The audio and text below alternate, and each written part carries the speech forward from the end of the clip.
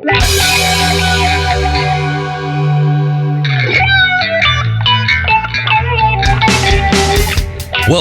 to Eclectic Soundtrax Podcast with your humble host, Skunk Manhattan and Victor Ramos. We'd like to say a quick thank you to our friends at Tragan Guitars, Godan Guitars, Ernie Ball Strings, and 5 Iron Woodworks. Be sure to subscribe to our YouTube channel and follow us on Facebook and Instagram. We'd appreciate it. On this episode, we talk with guitarist Marc Laspina. He gives us a little bit of backstory into his origins in the Bay Area, how he got into playing guitar, and about his move to Austin, Texas. Suffice to say, we talk lots of music, guitars, influences. We dive into a little bit of politics and current events. And Mark shares one of those classic Slayer fans gone rabid stories at the end of the podcast.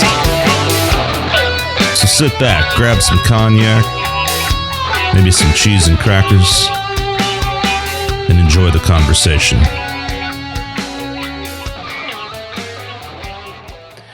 All right, welcome back to the Eclectic Soundtrax Podcast. This is Vic, along with my Robin, or maybe he's Batman. I don't know. We haven't decided this week, but I definitely don't want to be Robin. Well, you got the shorts. So today on the podcast, we have Mr. Marc Laspina.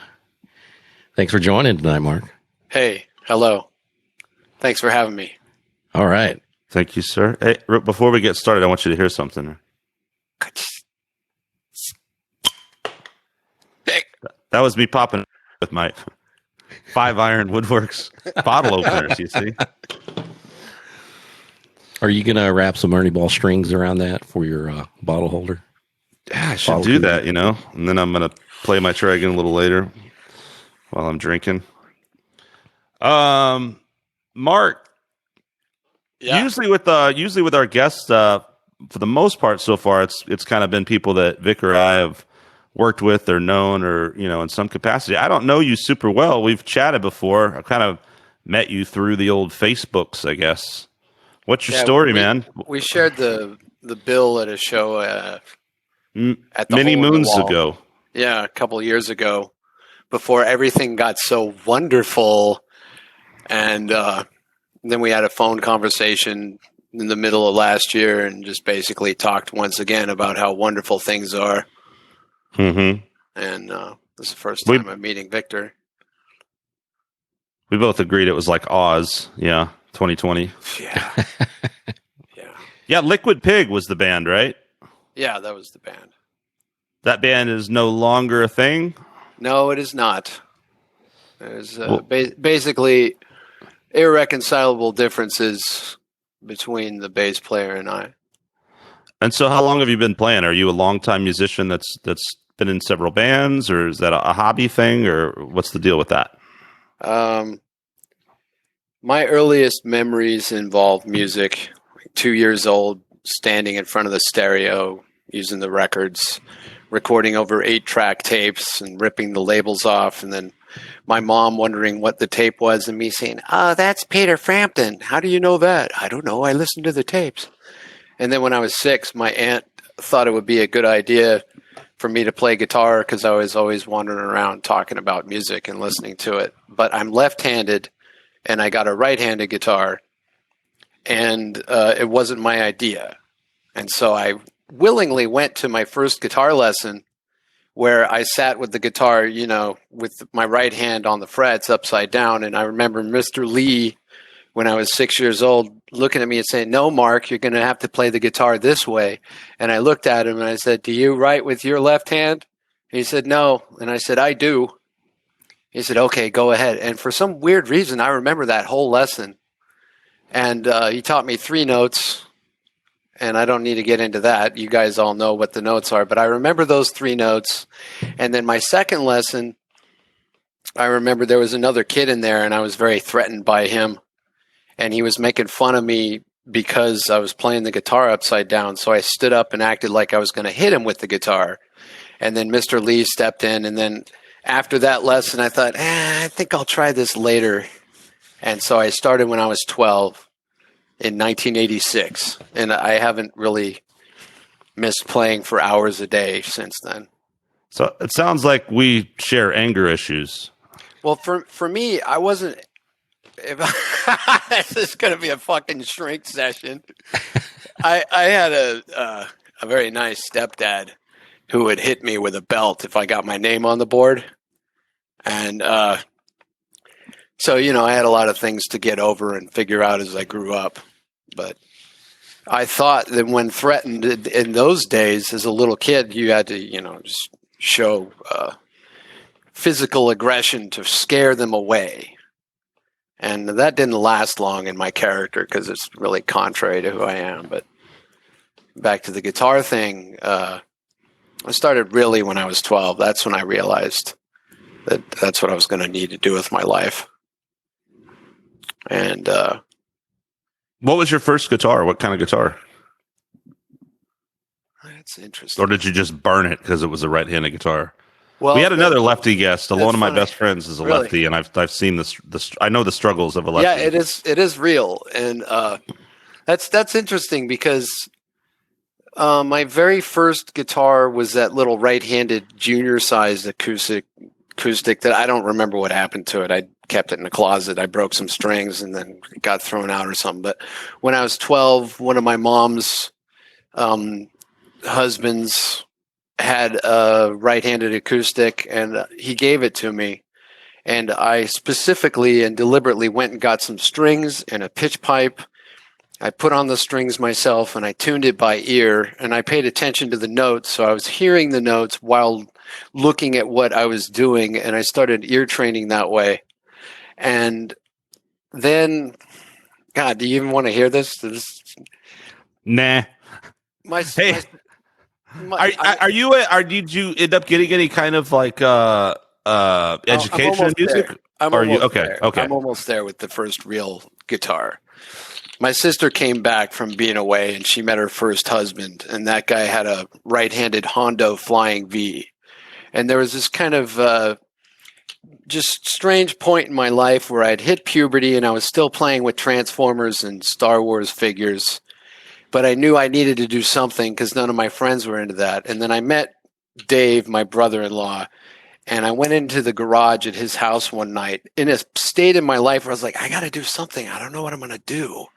And I went into the garage and the light was on and this Flying V guitar was on a stand right there in front of me. And that's where I had this massive epiphany. And he ended up selling me that guitar later. And that was my first guitar. I smashed the acoustic that I got from my mom's ex-husband as part of a ritual. I think I stomped on my first acoustic too. It was kind of a same thing. It was kind of a toy. I mean, my brother kind of had, and I remember that when I had it before I ever like quote unquote got into heard Guns N' Roses, and that changed my life. Maybe when I play guitar, and I started playing guitar. Maybe I think I was 14. I got it. I heard that maybe when I was 13, like 8th grade or something. But like, yeah, and I mean, it was a very pivotal moment for me.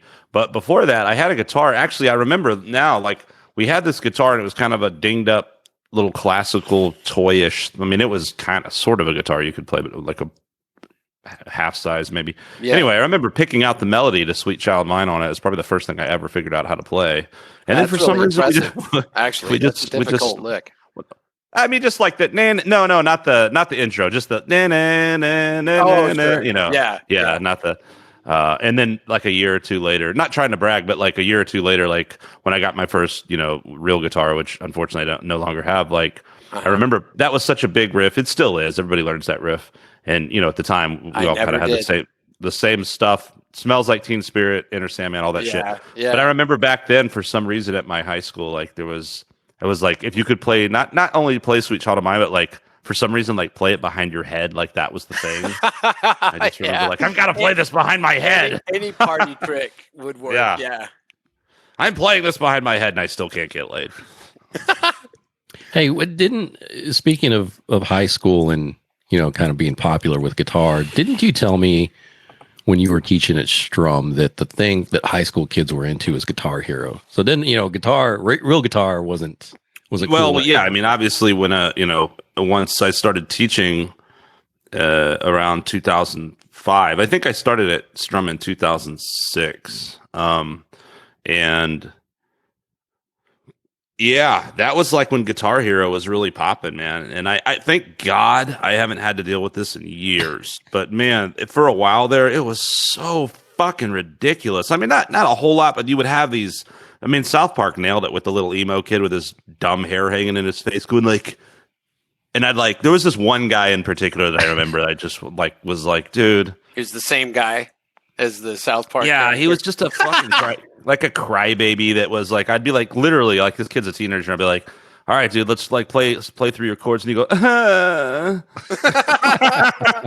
then he'd be like, I want to learn like Avenged Sevenfold, and you're like, fuck you.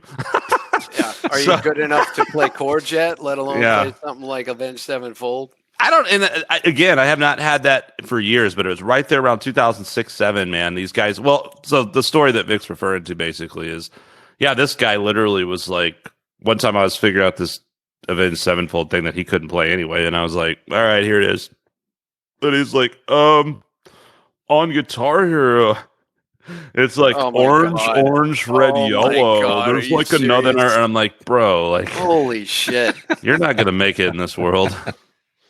I started teaching in 1996, and it was really funny. It was really easy to go. You know, I'd get stoned and I'd go into a music store somewhere in the Bay Area and try out amps or whatever. It's before I got the Marshall 30th anniversary edition. I was still going everywhere, just playing stuff, looking for something. But I would shut my eyes and play and not really be in that room, just be inside. And after about 10 minutes, a bunch of people would be standing around. And then someone said, do you teach? And I said, I think I could. I've never done it before. And he said, well, would you? I said, yeah. He said, how much? And I said, $50 an hour. He said, okay. And that actually started a good 10-year period of where I would do that, always just augmenting the income. It was never a main income except for a couple of emergencies. But it became super easy at that point in time to go into a music store, play deliberately, and then find students.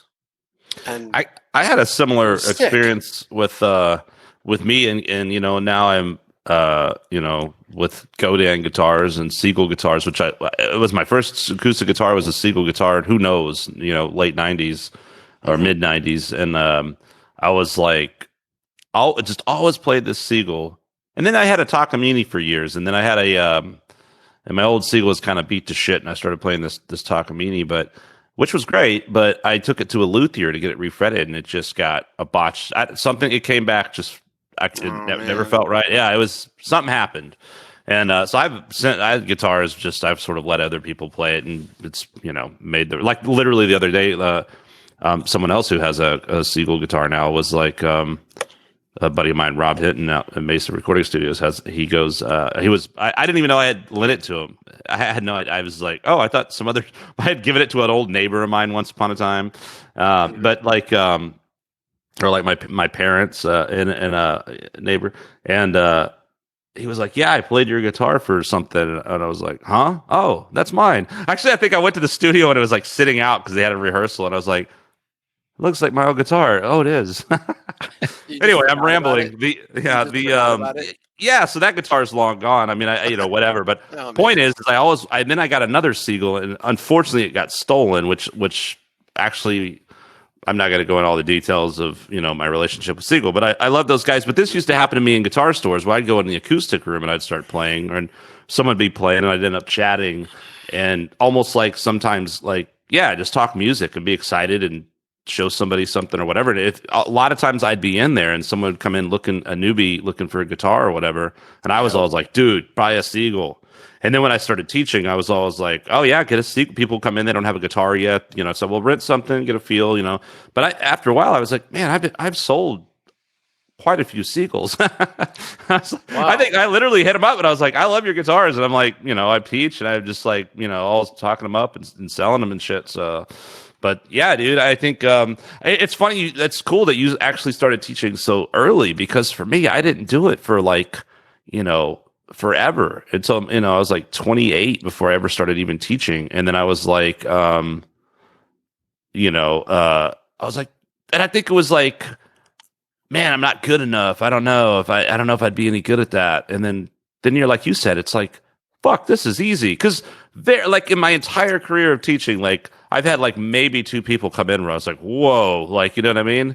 But most totally. people are like, I totally know like what you they mean. play and they know a few things, but it's not that hard, especially with beginners, man. The hardest part about teaching is actually learning how to step back, and go, hey, I got all this knowledge I take for granted. Victor can attest to this. It's like whenever I started, I'd be like, and then the Dorian mode, and then the blah, and you're like, whoa, hang on, hey, like, can I? Yeah, I'm still on a G chord, man.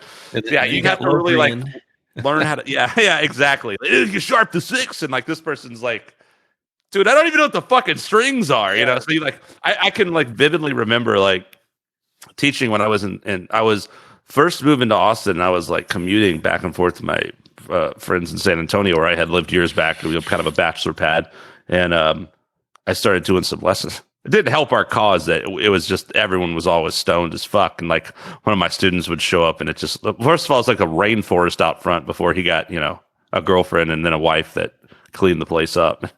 It's just she like when she first came there, she was like, wow, this looks like a child molester's house. We had a big ram head mounted on over the fireplace. We are barbarians. Yeah, nothing was like trimmed. There was like weed growing in the backyard. Had the tour van parked out in front. Yeah, the tour van parked. It was like this like crusty old pink paint peeling. It was like creepy. Pink? Yeah, it was bad. It was bad.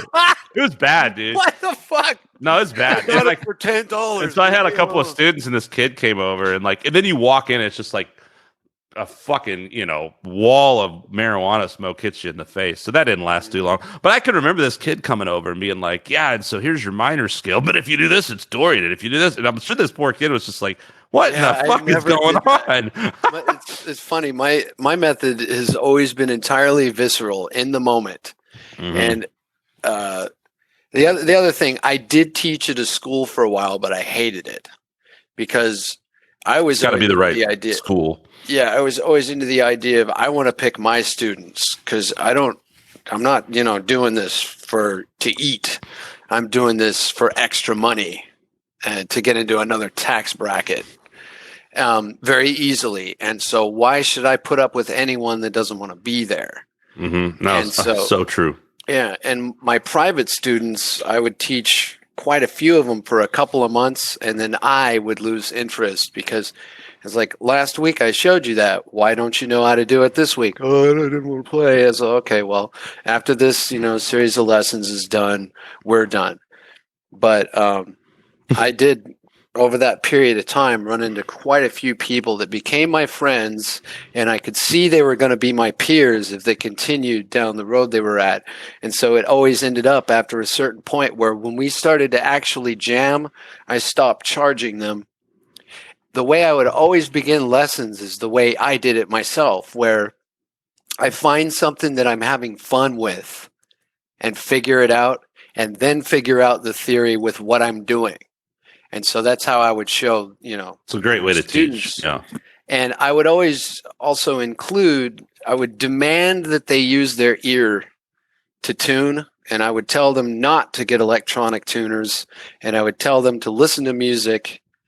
And, it was a lot of fun to make mix CDs and just say, these 10 songs are all in the same family of music, like Paranoid, War Pigs, Whole Lotta Love, Good Times, Bad Times, Blackout, etc. All things that use the 7th fret, E5. And I'd have them listen to that and then tell me what they like naturally. And then we would zero in on those things. And then they would start playing and they would start smiling. And that's when it got fun. And the progression went from there. And, you show them the basic scales. The first thing I learned how to play ever on the guitar was the 1-string melody of the Twilight Zone. So I teach them that, and then that would go into the chromatic scale, et cetera, et cetera. And I only, now that you mentioned the the problem students or the ones that are giving you an attitude or ignorant. I had one situation where I was alone in this house. The parents were gone, and I was with this, this boy, and his sister's in the other room. And he said that he wanted to learn how to play Back in Black. So I showed him some open chords and showed up the next week, and he hadn't done anything, and he was slumped over the couch with his guitar laying across his lap, just like, I don't want to do this. And I said, dude, I can't do this. This ain't working. I'm going to go fuck your sister. Well, no. His sister comes out and goes, I can't believe you would do that. What kind of a teacher are you? You're giving up on your student. Doing this very ill-advised psych attack. It's a two-way street, man. Yeah. And that's the thing about I always know when someone comes in, and it's inspirational for me too. And you see, and when someone comes in and they want to do it and they light up and they're excited, and it's really awesome. It's a great job. When some little shit comes in and he wants to, and he's huffing and puffing because his mom needs to go to Randall's and he can't play his video game for 30 minutes. I'm like, man, this fucking sucks, dude. I remember being told they're just dollar signs. They're just dollar signs. I'm like, I don't want to see people as dollar signs. I want to. I take music very seriously. So I think it's unfortunate. There's a lot of music teachers out there like that. They have to babysit and put up with this bullshit. Now, having said that, I don't think that's the majority of students. I think a lot of students are pretty cool. They don't practice like you'd want them to. You can't expect everybody to be as inspired as you were or whatever. Yeah. But they learn and they grow. And sometimes some kids, they take a while and then they come out of their shell and they really become. I've had so many students at this point that have become musicians in their own right in all kinds of different ways. I might have even not even the same instrument I started on with them, but I was a part of that, experience and growth and training. Absolutely, and that's awesome. Man. And so for me, like, that's really rewarding. And sometimes I come off like, an asshole about it, but it's because I'm passionate about it. I take it seriously and I look at the time as valuable. And I thank goodness I'm at a point nowadays where I don't really deal with that, but I did it for years. And there was a lot of that kind of babysitting shit, and I hated it, man. It's demoralizing. Sometimes you have those students that eat burritos during your guitar lesson. Yeah, sometimes you have flat out psychos that the school has to be like, you're insane. Approximately 1 to 2 hours prior to the lesson. Well, I had a 4-year-old. I think it was 4 or 5. The youngest student I ever had. The youngest student I ever had. It literally shit his pants in like one of the first lessons. God! It was him and his mom at the same time, and he shit his pants. It was that's glorious. Yeah. I loved it. It was great. It's real fun. Yeah. No, I mean, it bums me out. It hasn't happened a lot, but I mean, people move on and this and that, so you don't tend to keep. Sometimes you'll have students for years, several years, but I had 3 students like that. Yeah, but I've had some that it really bummed me out when they quit or relocated. And in one instance, it was a kid I was so excited about. And his mom, I guess, just had the, it was a very cultural thing. They were Asian. And I think I've seen this, like sometimes they want a very methodical sort of approach. And my approach was not that. Because to me, I'm like, I'm not going to dumb it down and have your kid go through some kiddie book. Like, he's exceptional. But I guess she thought I was dicking around and not giving him the proper, so that kind of bummed me out. But I mean, and here's the thing. It's like at a certain point, like I know nowadays, like, I've been doing this a long time. I know what the fuck I'm doing, and I can adapt to pretty much any situation. In the beginning, like it's hard. Like for a lot of people, like it's you got to learn how you got to learn how to teach. You got to some people are naturally better at it. Some people are naturally good with people. Some people, God bless them, love being with kids, and they love the little kiddie classes and shit. I can't do it. But some people they love that stuff. To be, and I'm good with kids. Speaking of that, I love children, but I can't be around them too long and stifle my personality. Yeah, I've taught a lot of kids, and these days I'm at a place where I'm kind of like, once in a while I'll be like, hey, are you okay to? And I'm like, if I'll say, well, I'll do a trial, and then if I'm like, yeah, okay, this is really cool, and they'll surprise. Sometimes like, wow, this 9-year-old kicks ass. This is awesome. But if it's someone that's just like, in there, I'm just like, I don't want to do it. But that's not really the case anymore. But that was back in the Guitar Hero days. Man, you mentioned earlier the Bay Area. I forgot. So are you from there? That's where you Yeah, were born? I What was what part? born there and stayed there till I was 39. I was born in Hayward. Oh, And wow. I lived in a 100-mile radius of that place my whole life till I moved to Austin. Man, I love it out there. And there's so much going on. It's interesting the way that with You out there still love it? well, I don't know. I didn't grow up there, so what do I know? It'd be like, if someone lived in Austin in 1984, they'd probably hate it now, It doesn't matter, when you haven't been somewhere before, it's new and exciting. I mean, I'm not a fan of the tenderloin, I'll tell you that, but You don't like the smell?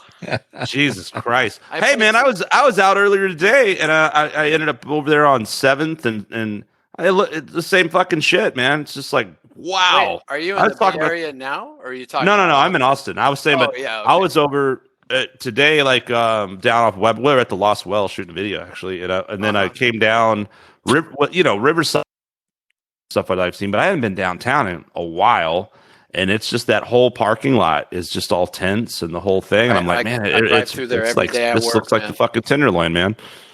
Yeah, and It's crazy. boy, it's a never-ending conversation. There's no resolution. Yeah, I mean, it really doesn't seem to be, does there? we've been with the we've many been going things. down for a long time, and It's Austin's different. yeah, when I moved came here. Speaking of that, the first time I was in Austin was in 2010. I was on a tour with this band I was in, and we came out to do South by Southwest.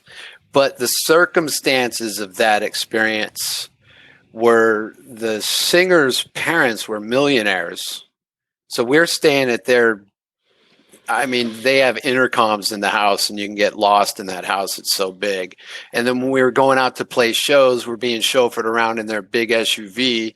We're all stoned into the back, listening to Soundgarden or just talking shit, being idiots.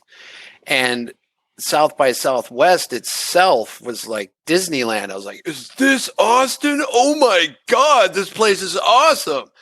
And when I moved here and I found out how it really is and that it's not a big, everyone knows who Stevie Ray Vaughan is, for example, that's when I got the reality of the place. And with the changing generation and the technology and the implosion of the music industry. I mean, it's become a lot more like, well, they're both similar in that sense. I think, you think of San Francisco and the culture.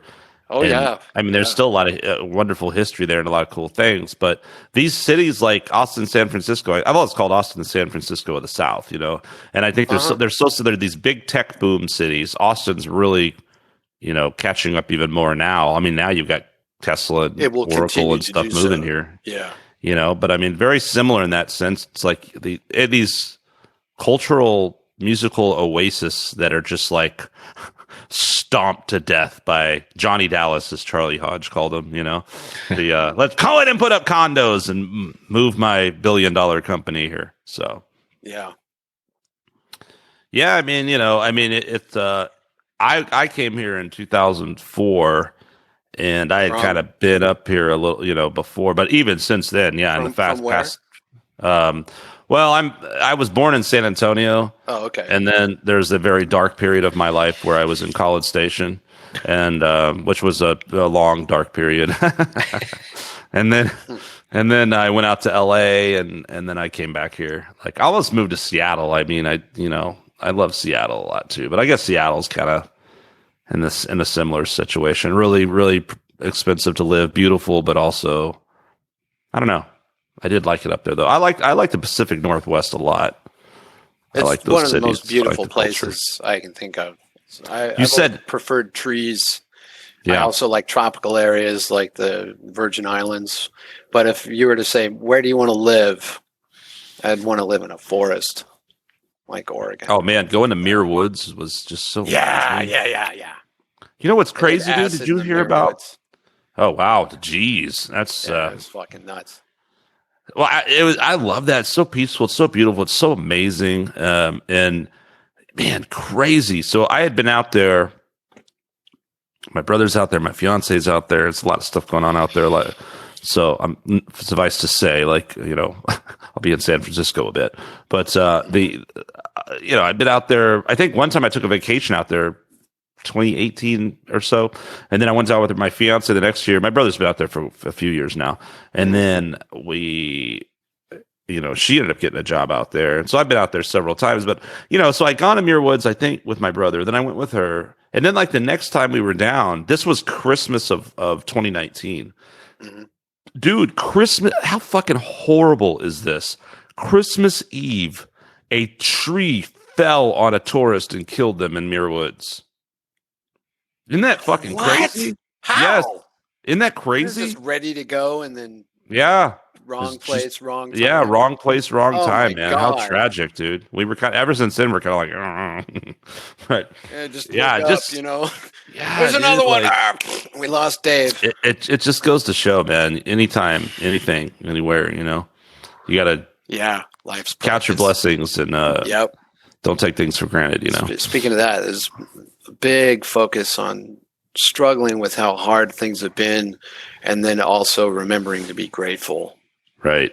Yeah. And so many thoughts just went through my head. George Carlin saying, the rich are there, and then the middle class are there to do the work for the rich, and the poor people are there to scare the shit out of the middle class. And so every time I come at a red light in Austin when I'm working and I see the guy with the sign, I'm just like, thank God I have a job. Yeah. Could always be horrible. Yeah, it's almost impossible not to take things for granted sometimes, it's really like hard kings. to even put yourself in someone else's shoes. And I think definitely the older I've gotten, my life's changed a lot, too, in the last few years, the last 10 years, whatever, it's always a progression. So very different than I was 10 years ago or 15 years ago. But I definitely I think that's age too, just definitely the perspective changes, feel more grateful. Time changes. It's a lot of things that I've been thinking about. I don't want to get all down or negative. I'm really doing my best to adapt. There's a new phase in my life born of the current circumstance of our country, especially with the coronavirus, however necessary it is to shut down the country or not. I'm looking at, what can I do now? Because it's not 1981. Eddie Van Halen died, and with him, an entire way of life, an entire perspective. And there are those of us walking around with that still in our hearts. And I personally will never get over that. I'm also seeing that what we're doing right now is one of the main things that there are to do. If one wants to create and present, this is the way to do it predominantly, at least until things open up. If they ever do again, and we can actually go out and get on stage. It'll happen. I sincerely hope so. And I still hold out hope for that. But I'm at a point where I feel like I need to. But the world has changed, and it's hard. I don't think it's not that big of a deal. Maybe if you were born, if you're a millennial or a Gen Z, if you were born in the last 20 years, technology's always been there. The computer's always been there. You grew up on that. But if you were born in the 70s, 80s, maybe even early 90s, like you're really dealing with a massive shift. Like you're like, I mean, that because like you said, that was we grew up in. It was so different. Like.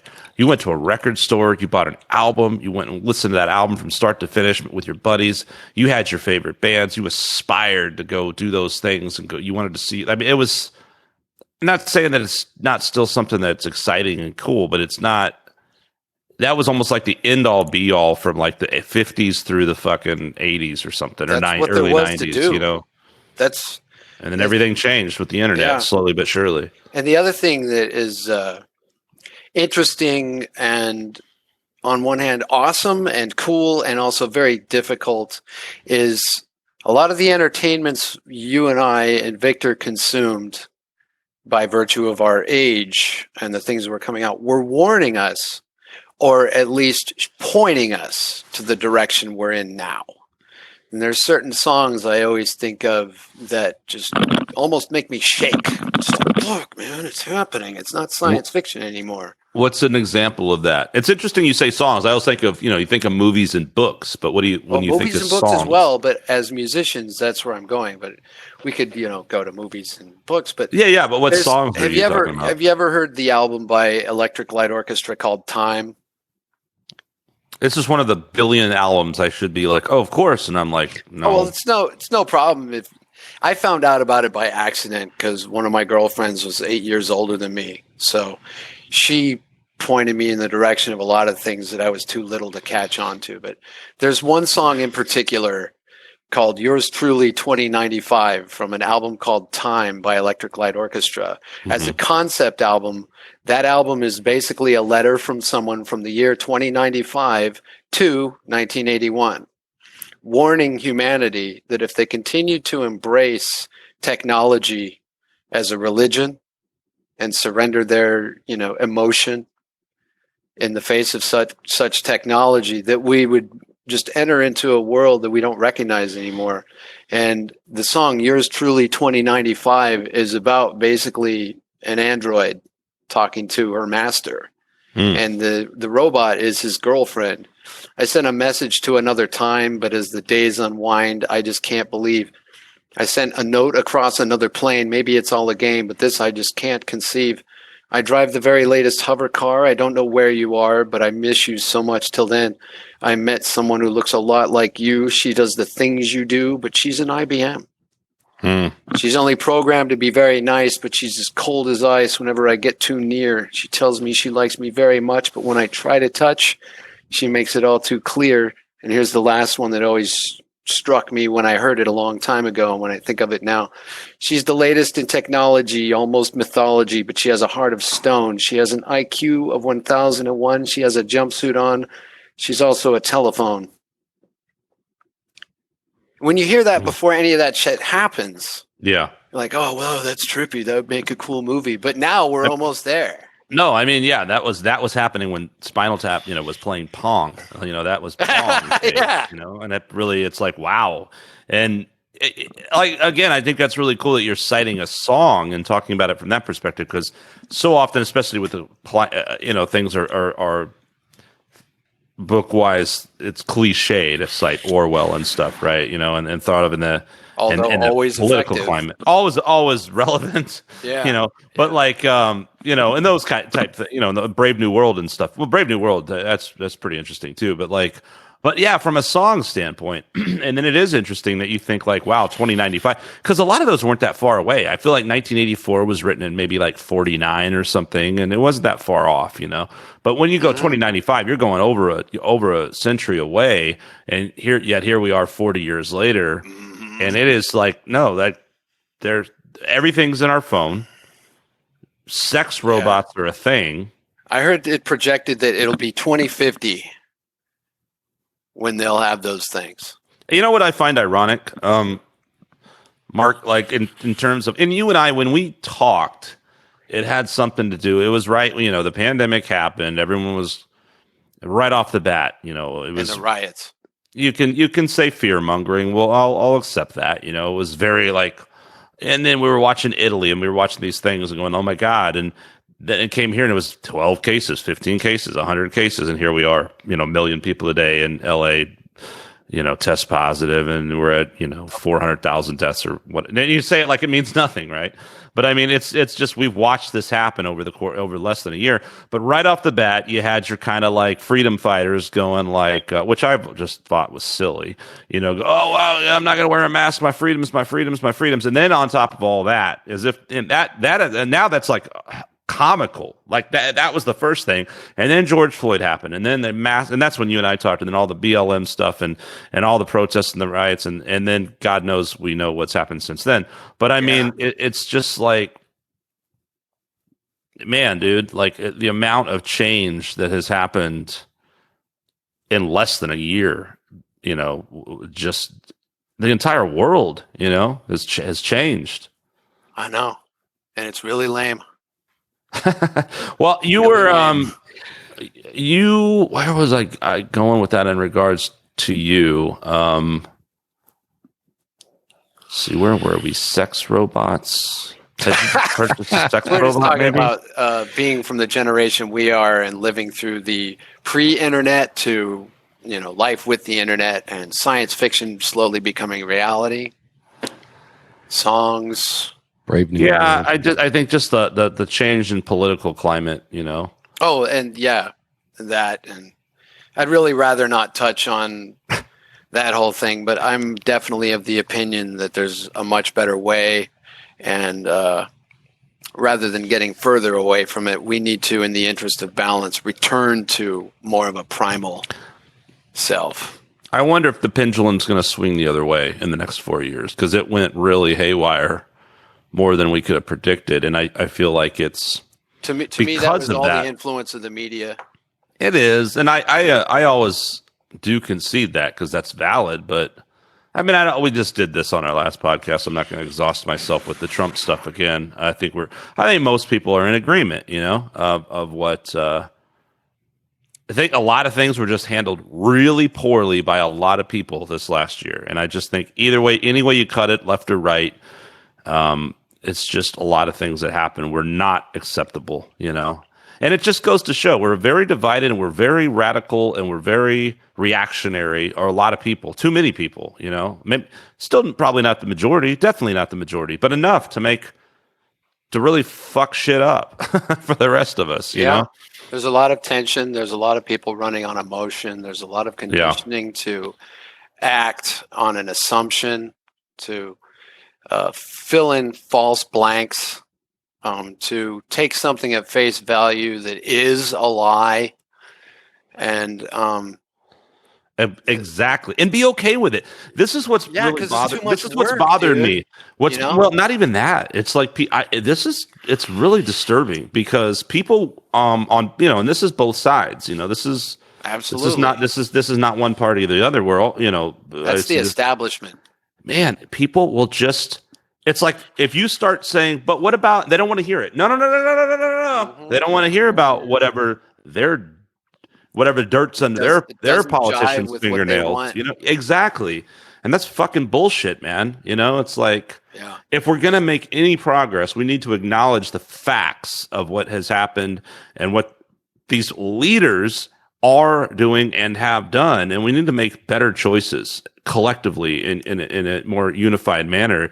And I don't know if it's some sort of puppet master, higher up shit that we're just, if this is total Orwellian stuff or if we're, I don't know, but we are so divided right now. And so it's like, Jesus, how do you let this happen? Like, this is almost too, when I say good, I mean bad, but like, you know what I mean? Like too good to be true. Too like perfect.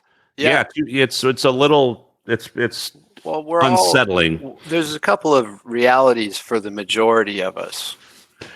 We, at least as Americans, in the latter part of the 20th century, even with the civil rights movement, even with Vietnam, the prosperity that we enjoyed, and the fact that,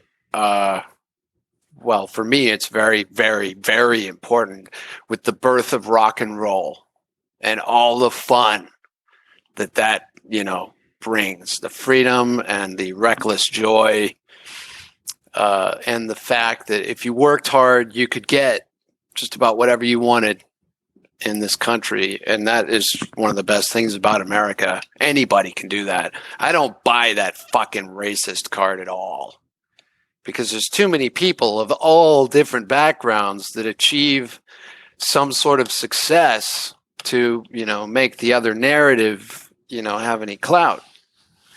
There are always exceptions. Racism is definitely real. One of my friends who's going to play drums in my next band told me a story of something that happened to him in Colorado 15 years ago that made my blood boil.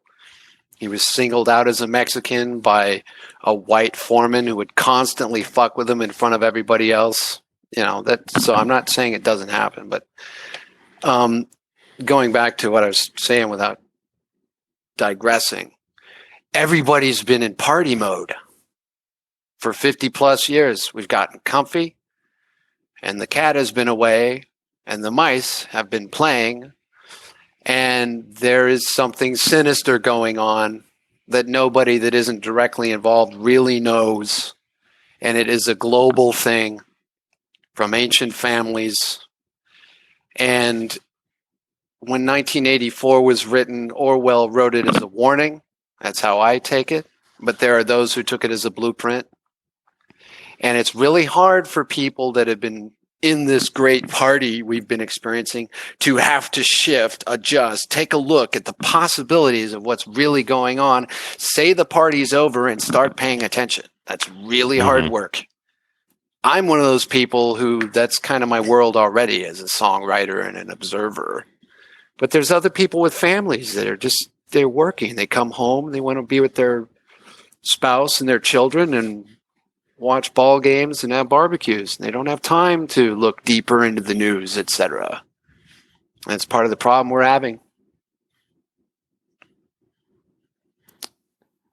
I've always kind of, and I've always it always rubbed me really wrong when people shit all over this country. Of course, it's not perfect. Yeah, it really There's been makes me problems. mad. I mean, there are instances that occurred in this nation's history that set us so far back. Yeah. I brought this up on a podcast a little bit not long ago. The assassination of Garfield, which nobody seems to know about, which is I found out about on President a whim. Garfield? It's phenomenal. 1800s? Yeah, 1880s, early 1880s, somewhere in there. That guy, holy shit! Him and Lincoln getting assassinated were two. It's always the good ones, right? That get fucking. It's all Lenin. It's never. I mean, who's a real piece of shit? Kanye West is the go-to, but you know what I mean. Like, it's never some narcissistic douche bucket. It's always like a real mover and shaker, right? Yeah. But I mean, Garfield was such a fucking baller. He walked out when he got inaugurated. He walked out the White House with fucking Frederick Douglass in like 1880 or whatever the hell it was. I mean, that's like badass. You know what I mean? A lot of people off. Yeah, well, people loved him, man. And I mean, and then the history of it's so fucked. Some people were really happy, some people were really pissed. There was some real. I mean, Lincoln's an obvious. There was some moments that really fucked up the trajectory, the trajectory of progress, right? And here we were. It took 100 years for the civil rights movement to happen. I know. And then here we are. What is it? 50 years, 60 years, 60 years now. Yeah. And I mean, you can see the progress. So Definitely. I think you have to acknowledge that. Absolutely. You have to acknowledge that these things have been a thing, but you also have to acknowledge the progress, and like you said, and I think the progress has put us to a point where we still need to work on it. It starts at a community level. A lot of people are for decentralization for good reason. In the communities, the cities, the states, build up your communities, work together. And if that's not happening, then we need. But we were talking. What was it, Vic? When we were just talking about this, the tragedy of sometimes the putting incentives in the opposite place. When we were talking about birth control and abortions and stuff, and then you're encouraging bad behavior, you're encouraging overpopulation, you're saying it's okay to destroy the family unit, and you know what I mean, and just have kids out of wedlock. And here we'll give you money. Fuck it. That's a very deep, interesting subject for me. It's very deep and it's very touchy, like a lot of subjects. And that's the problem is people don't want. Like, you know what? I was ranting and raving, on the last podcast like an asshole, and then I shut the fuck up. And Vic very cordially and collectively spoke like an adult, and I listened and I said, "You got some good points." That is the biggest problem that we seem to be having in this country, is people need to shut the fuck up and listen to what other people have to say, and then compromise and weigh the pros. And that takes time too. And we're waving these banners behind these politicians who are just bloodsuckers one way or another. Yeah. And all they give a shit about is your vote. I mean, they're just liars and thieves, and it's I listened sick. to something that Tulsi Gabbard said today. And she said on the first day that she became a congresswoman, she was given her orientation, and then the Democrats and the Republicans were separated from each other. And then she became aware that it is definitely a party thing. They do not work together. One bill can be posed by the Republicans, and by default, the Democrats will oppose it.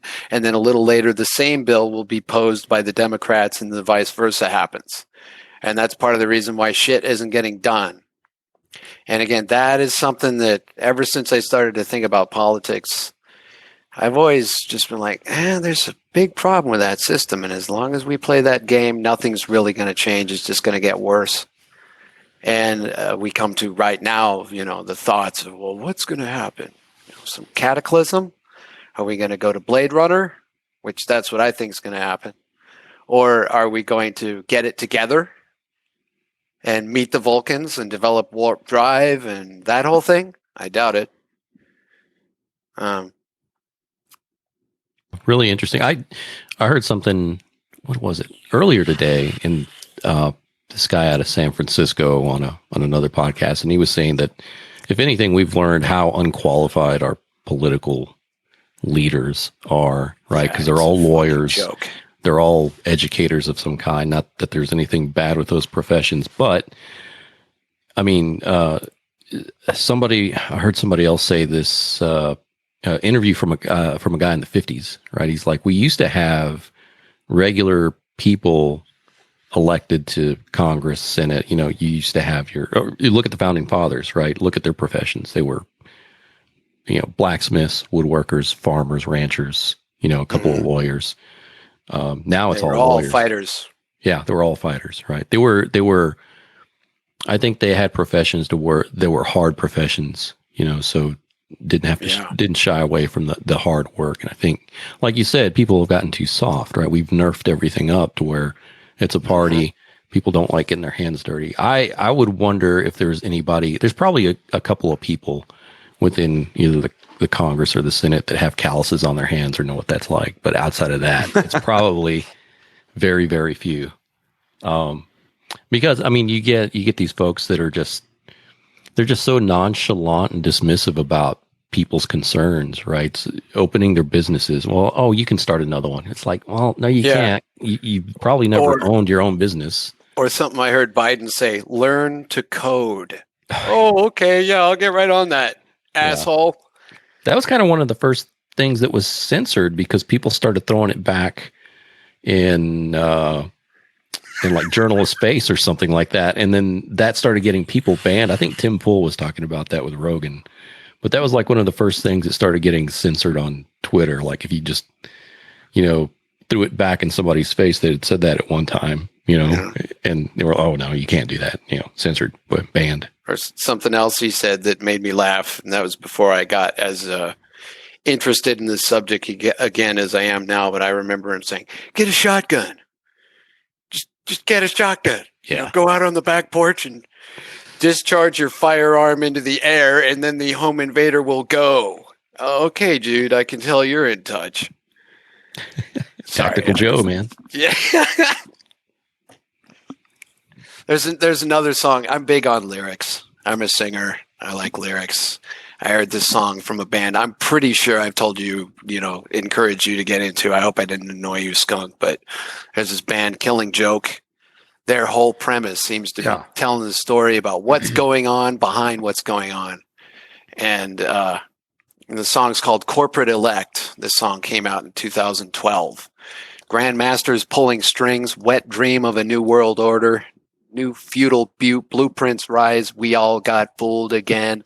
It's an ADD generation. Everyone accepts the reintroduction of slavery by corporate elect.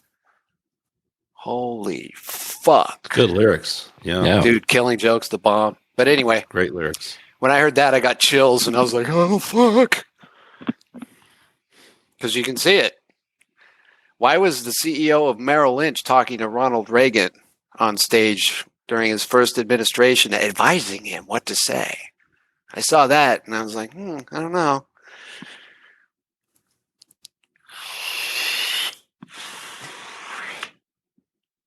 So I spent a lot of money last year on guitars and guns. What about guitars? These days I want guns more than guitars. Yeah, I've seen the you go to a NAMM show and you'll see some machine gun guitars. Oh yeah, I've seen those. What? Let's do both of those. First of all, what guitars did you get, and then we'll talk guns. Okay. As a lefty, it's always a quest and fun to find good professional guitars.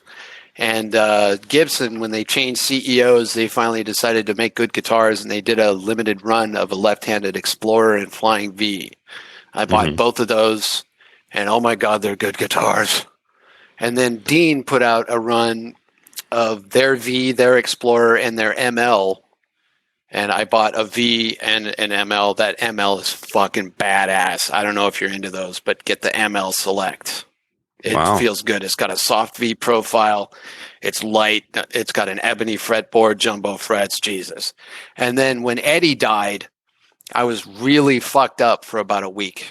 Like I cried at some point during the day for 5 days after he died. And then I realized that it's time for me to learn what he did. And I started thinking that means I need to get a Floyd Rose. And I can't stand them because of the floating bridge.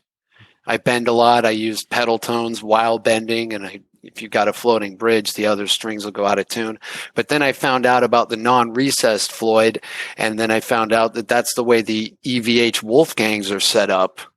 And so I went looking for them. And the lefties, when he died, everyone bought them, and they had stopped making a certain kind. And I ended up buying two of them. One of them is a lemon, and the other one is the Japanese first year they put them out version of a Wolfgang that is absolutely perfect. I've been having a lot of fun with that and learning how to use a Floyd and tapped harmonics and certain other two-handed techniques that I'd always avoided throughout the whole course of my playing because I always felt like I was being a poser when I do it.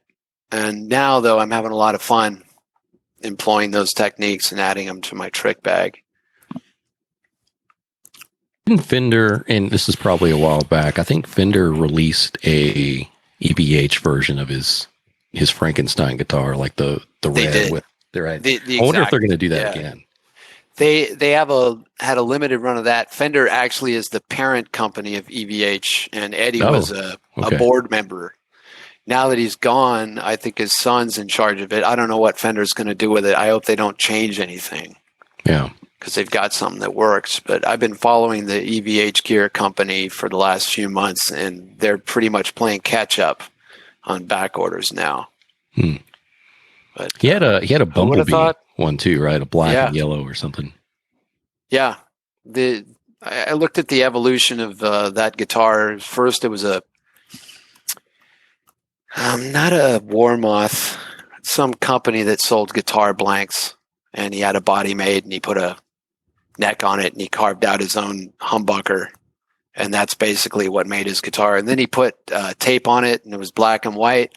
And then for the Van Halen 2 album, he painted it yellow, and then a little bit later, he put red on it, and on the original white one, and that's what became his iconic guitar. And then in the late 80s, he went to Ernie Ball, Music Man, and started making what would become the current iteration of what he used. And it's pretty much a marriage of a Strat and a Les Paul. And very different from the kind that I'm used to, the V and all that, but I'm really enjoying it. I wouldn't mind endorsing those guitars. The Ernie Ball one, the Music Man? No, Ernie Ball's no longer involved because they couldn't keep up with the demand. It's actually Fender. Really? EVH brand is Fender. Well, they still have their Music Man stuff they do, but I guess it's just not any kind of Eddie series anymore. And they're pretty close already as it is. Single cutaway, toggle switch up on the top like a Les Paul, two humbuckers, Floyd. What are those necks on those? Are those maple? Yeah. And in terms of profile, it's basically a C, but it feels a little bit like a D around the edge. It's perfect. I've got big hands, and it's a real comfy neck. I usually don't like U's or wizard necks. They're too thin. There's not enough there. Yeah, I've actually found I don't mind a thick neck, and I like a heavy guitar too. Yeah, me too. So, Yeah, but whenever you start playing, the first time you ever pick up a Les Paul, you're like, "Whoa, holy shit!" yeah, those things do weigh a ton. Yeah. It's very different when you first play one. I'm like, "Whoa." Yeah, man. Speaking of Gibson, the new CEO, they are just murdering it, man. I was very lucky to play with the band Bully Los Buffalos out there in this last NAMM show in 2020, and wow, they really treated everybody right. Great stage, great accommodations, great after show party shows. I mean, it was amazing. I think I saw a picture of you on Facebook today with the yeah, because those memories always come up, and so I shared. I think it was one of a performance, another one was just me sitting in the lounge, you know. But man, they've got a lot of artists, and I don't know if they had been with them before. Maybe they had some guitars, but they're really grabbing. You know, like I don't really know a lot about Adam Jones and what he's played in the past, but I guess he's got Dave Sabo from Skid Row's got a signature now, which I was a huge Skid Row fan, man. Yeah, it's got his own signature guitar, man, snake guitar. It's badass. Huh. And they were there. Jerry Cantrell, a lot of guys, that are, as far as I knew, were new. And then the usual guys, they had Slash come out and do a big show with like Don Felder and Billy Gibbons and stuff. But yeah, the most recent thing, man, I'm sure you know about the whole Mesa Boogie deal, right? Nope. Tell me. Well, Gibson absorbed them. No way. Yeah. Yeah. Whoa, that's huge news. That's huge. Mesa was one of the last mom and pops that was actually big. Dean's, and no, they're under Luna. Is there anyone left? Well, you know what's so weird, right? Because Gibson was really on the outs for a while. They were. Yeah, they were definitely the whole filing for bankruptcy thing, and yep. Some kind of deals. Going. I don't know what the deal was with Guitar Center, but I mean, they had just like come back in a monstrous way, man, which is great. Yeah. One thing I love the most about that, everybody knows the artists I was mentioning, but they have a program called like the G3, and they feature kids or younger. So I met one guy there that was I'm sorry. When you say G3 to me, yeah, I know that's what I thought too. It's not the Satriani thing. Okay. It's a different thing, right? Okay. But it features younger guitarists, and this was so cool to see and so inspirational, especially like we were talking about earlier. Like you feel like rock and roll's dead, and it's not the same. But man, you see these kids, whether it might be someone in their early 20s killing it, there was this 11-year-old or something, and he was playing constantly, and he's up there and playing the backing tracks. He did like Back in Black, and you're like, wow, that's awesome, dude. He's killing it. And then he played Tornado with Souls, dude, solo and all. Yeah. And I was like, holy shit! Like it was pretty. It's so much awesome. easier to learn those things now with the amazing Slowdowner, though. Yeah, Can you imagine if we had that stuff. We were talking about this on a podcast not too long ago. I think it was with Carter Arrington. I don't know if you know who that is, man. Phenomenal guitar player. He's in England now, but he was in Austin for years. He's played with so many people. Absolute brilliant guitarist. Anyway, we were talking about those old, when we came up, dude, they had the old books. All those Cherry Lane, Hal Leonard, Yeah, totally. We learned out of those books. I had all the Metallica books and all that kind of stuff. Same here. But the Megadeth Rust in Peace book was shit. It was. I learned how to play. It was shit, I learned man. How to play some of Lucretia out of that book. Not good. Yeah. And then the rest of it. I also remember this one Iron Maiden book. I immediately went to Phantom of the Opera. And they're using open strings and shit. Oh, fuck this. Yeah. Well, it's some just really bad editing where sometimes you're like, and what sucks is if you don't know anything and you're a brand new guitar player and you're sort of just reading the tablature and you don't know to look at the notes, or you don't know, like, you're not aware when something, but you're like, intuitively your ears like, that sound doesn't sound right. And then you're just looking at there are so many just bad editing errors in that Rust in Peace book. And then there's a lot of stuff that's blatantly wrong. I mean, now, can I go figure out Rust in Peace by ear? No, but if you're gonna put the fucking book out, you the guy that's doing it. I hate to like throw someone under the bus, but man, a lot of those books were pretty damn good and pretty damn accurate, and we all know those names like Wolf Marshall and all that Absolutely. stuff, but there was a few of them that I was just like, this just doesn't. There were a few that did it sound right, though. One of the books that I learned from in my second or third year was Flying in a Blue Dream. Oh man, I never had that, but Satriani, and it is accurate. The really, song, Mr. Potato Head Groove thing. So good. There's this thing that he does. This. Yeah. You got to mute it with your basically your pick hand. Right. By the nut, and then do this, crazy arpeggio with the right hand. I've been working on that for years. Yeah. I remember the first time I saw that, I was like, what is he doing? I thought he was capoing with his hand, but he's just holding it to mute the strings. And then, he had a lot of that early tapping. He did that is stuff. As innovative as Van Halen. Dude, Satriani is on the same plane. Yeah. Satriani, I think he deserves to be up there. He's in the top, Absolutely. Of course you got Eddie Van Halen. Everyone's going to cite Hendrix, and Satriani's there too. And I agree. It's inevitable. Almost any guitar player we've had on here, any guitar player that I know and talk with, we're all fucking huge Satriani fans. Yeah. I remember one ass clown, this douchebag that was. I love being mean to people when they deserve it. Well, a really great friend of mine, this dude Guy Laverick, who lives over in England, and just a total virtuoso. And I mean, I met him in 2000 out in LA at MI, and I was just like, holy Christ, like this. I mean, he was doing the 8-finger tapping and stuff. I was like, whoa, and he introduced me to all these shrapnel guys that I had just maybe heard of, but never, so that really turned me on to like Paul Gilbert and stuff like that. Or not being a shrapnel guy, but Vinnie Moore. I mean, a lot of guys that I had heard and read about in guitar magazines. That's a nice guy, by the way. I love, Vinnie Moore. I think I might have met him after a show at he played in San. Yeah, Vinnie Moore is one of my favorites. I think Vinnie Moore is his sense of melody and everything. I think Vinnie Moore is just an absolute perfect 10 guitar player and songwriter in that style. Yeah, instrumentalist. But anyway, where was I? Oh, yeah, and so we were sitting around. We were gonna go out one night, and I go to pick him up, and we're like sitting there, and his roommate was this like kind of jazz snob dude, which is fine. I mean, if you're a jazz guy, that's cool. But we were sitting there. You already said the magic words, jazz guy. Snob is the key word. And we're sitting there we were geeking out on some Satriani thing, and it was something like we were saying. It was like it was a really cool, technique, And we're like, and then that his douchebag roommate walks out, and he's like, "Oh yeah, real musical." Okay, dude.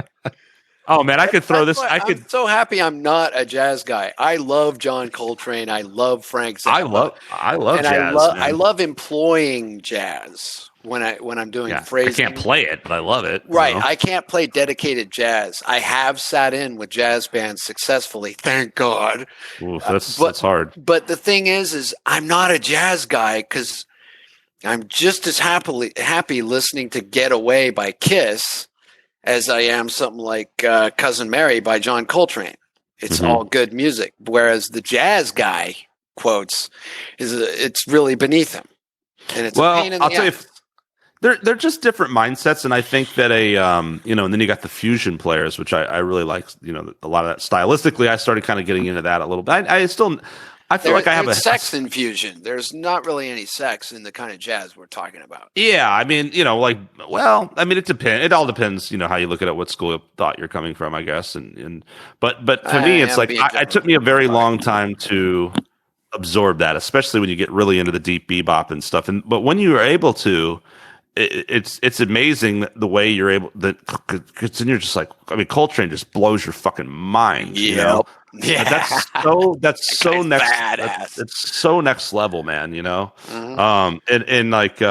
it was really funny being in that situation. Me being kind of like a big Satriani fan. Of course, all the usual suspects, the Metallica, the metal stuff, GNR, Skid Row. I had some fusion records and some smooth jazz stuff, but I was a rock.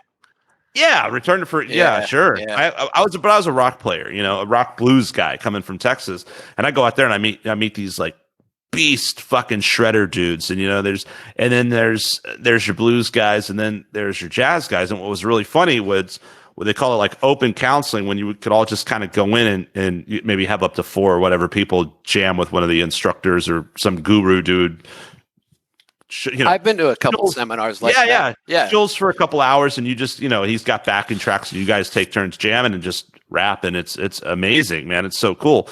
And so I did that. Used to do that with Brett Garson, was an instructor of mine for a bit, and I think that's where I met my friend Guy and several people, was in this Brett Garson jam. And it was just so funny because you all had your unique individual styles. And there's this one time we went in there and there was this jazz guy, and he was like the jazz guy. And he was, you could not hang with this dude. He knew all the real book shit. But man, as soon as you hit that fucking distortion and we're like, cool, let's just vamp some Dorian. And it's like, he was like a deer in headlights, dude. If you're like, if you had to like bend a string, that's hilarious and sad. They're just very different styles. It's a very different I know. approach, and it's too bad because like, wouldn't it be cool if you could have someone as good as Jerry Reed who could also wail like, and Jerry could. He just didn't use distortion, but that's because he didn't have the attitude we're talking about. Wouldn't it be cool if someone as good as him didn't mind stepping into the gutter with the rest of us provincial metalhead Neanderthals, which we're not, but that's where they come across as snobs, Yeah. Are you going to go down on your girlfriend at midnight in the middle of a street when no one's around? Or is that beneath you? Sorry. I like the metaphor. It's good. Yeah. Good metaphor. That's really actually a way I look at it. But yeah, I think that in a sense, and I've hung out. I took some lessons with a jazz pianist, and I've talked about this before. Is it was really interesting to me that, and he does not fuck around. Like he is, takes it very seriously. And I mean, he's like we were talking about, I think I had met him at a Steinway showing, and I was like, wow, got to talking, and he's, was a Steinway artist, parted, I think, for reasons not pertaining to music, but I think he's out in Costa Rica. He does a lot of Latin infused stuff and, world music. He's a jazzer. I mean, a guy play anything. I've seen him play Chopin and all that stuff too, but like, we started talking and everything. And so I go in, not with much of a direction. And we really just had this conversation. And I think he was kind of feeling it out. Like, he does not want to fuck around. I'm not here to teach you a major skill. Like, you need to know what you're doing before, like we were talking about earlier. He doesn't want to babysit somebody. He wants a serious musician. And we started talking. It was like, it led me down just a little bit of a new direction and some new perspective on some jazz stuff. And it was so cool. But something that really stuck with me was that this was in the Steinway Gallery over the, intercom or whatever. He put on he was just playing some different stuff, and he put on this monk chanting. And this is a guy that's just playing Chopin and playing, all this, you're talking jazz. Gregorian period. And he goes all the way back there, and he's getting all emotional with this stuff. And I'm going like, wow, this is a trip. And I think that there's something to be said about that. There's right. Like you kind of said, the same thing with a great blues player. You don't have to play 1,000 notes. You just have to know those notes that you play. There's something intangible about the conviction, and you have to convey how you're feeling behind whatever notes. And that's what's so amazing about music. Just like language, just like a great book, right? You have to have those tools. You have to learn those tools. You have to learn to read and write and speak and whatever, right? But then what you can do with that is something far beyond the mathematics of it. That's like a human connection. It's spiritual, and so. That's really cool interesting. About it, you just put that way. When I approach music myself, I look at it as there's two ways of doing it. You're doing it intellectually or viscerally. And when you're learning or when you have to think about what you're doing, you're in intellectual mode, and it's going to be more mechanical by virtue of that. When you know what you're doing by reflex and you're in the moment, you're just, that's how I feel. And I know that still conveys, because the last shows I did so far were with Liquid Pig. Everyone in that band was concerned about how it would go over. And for some reason, it seemed to me that there were moments in each show we played where people did feel it. I could feel they felt it. And I was like, yes, it's still alive. People can still feel it, even if they can't talk about it or put it into words.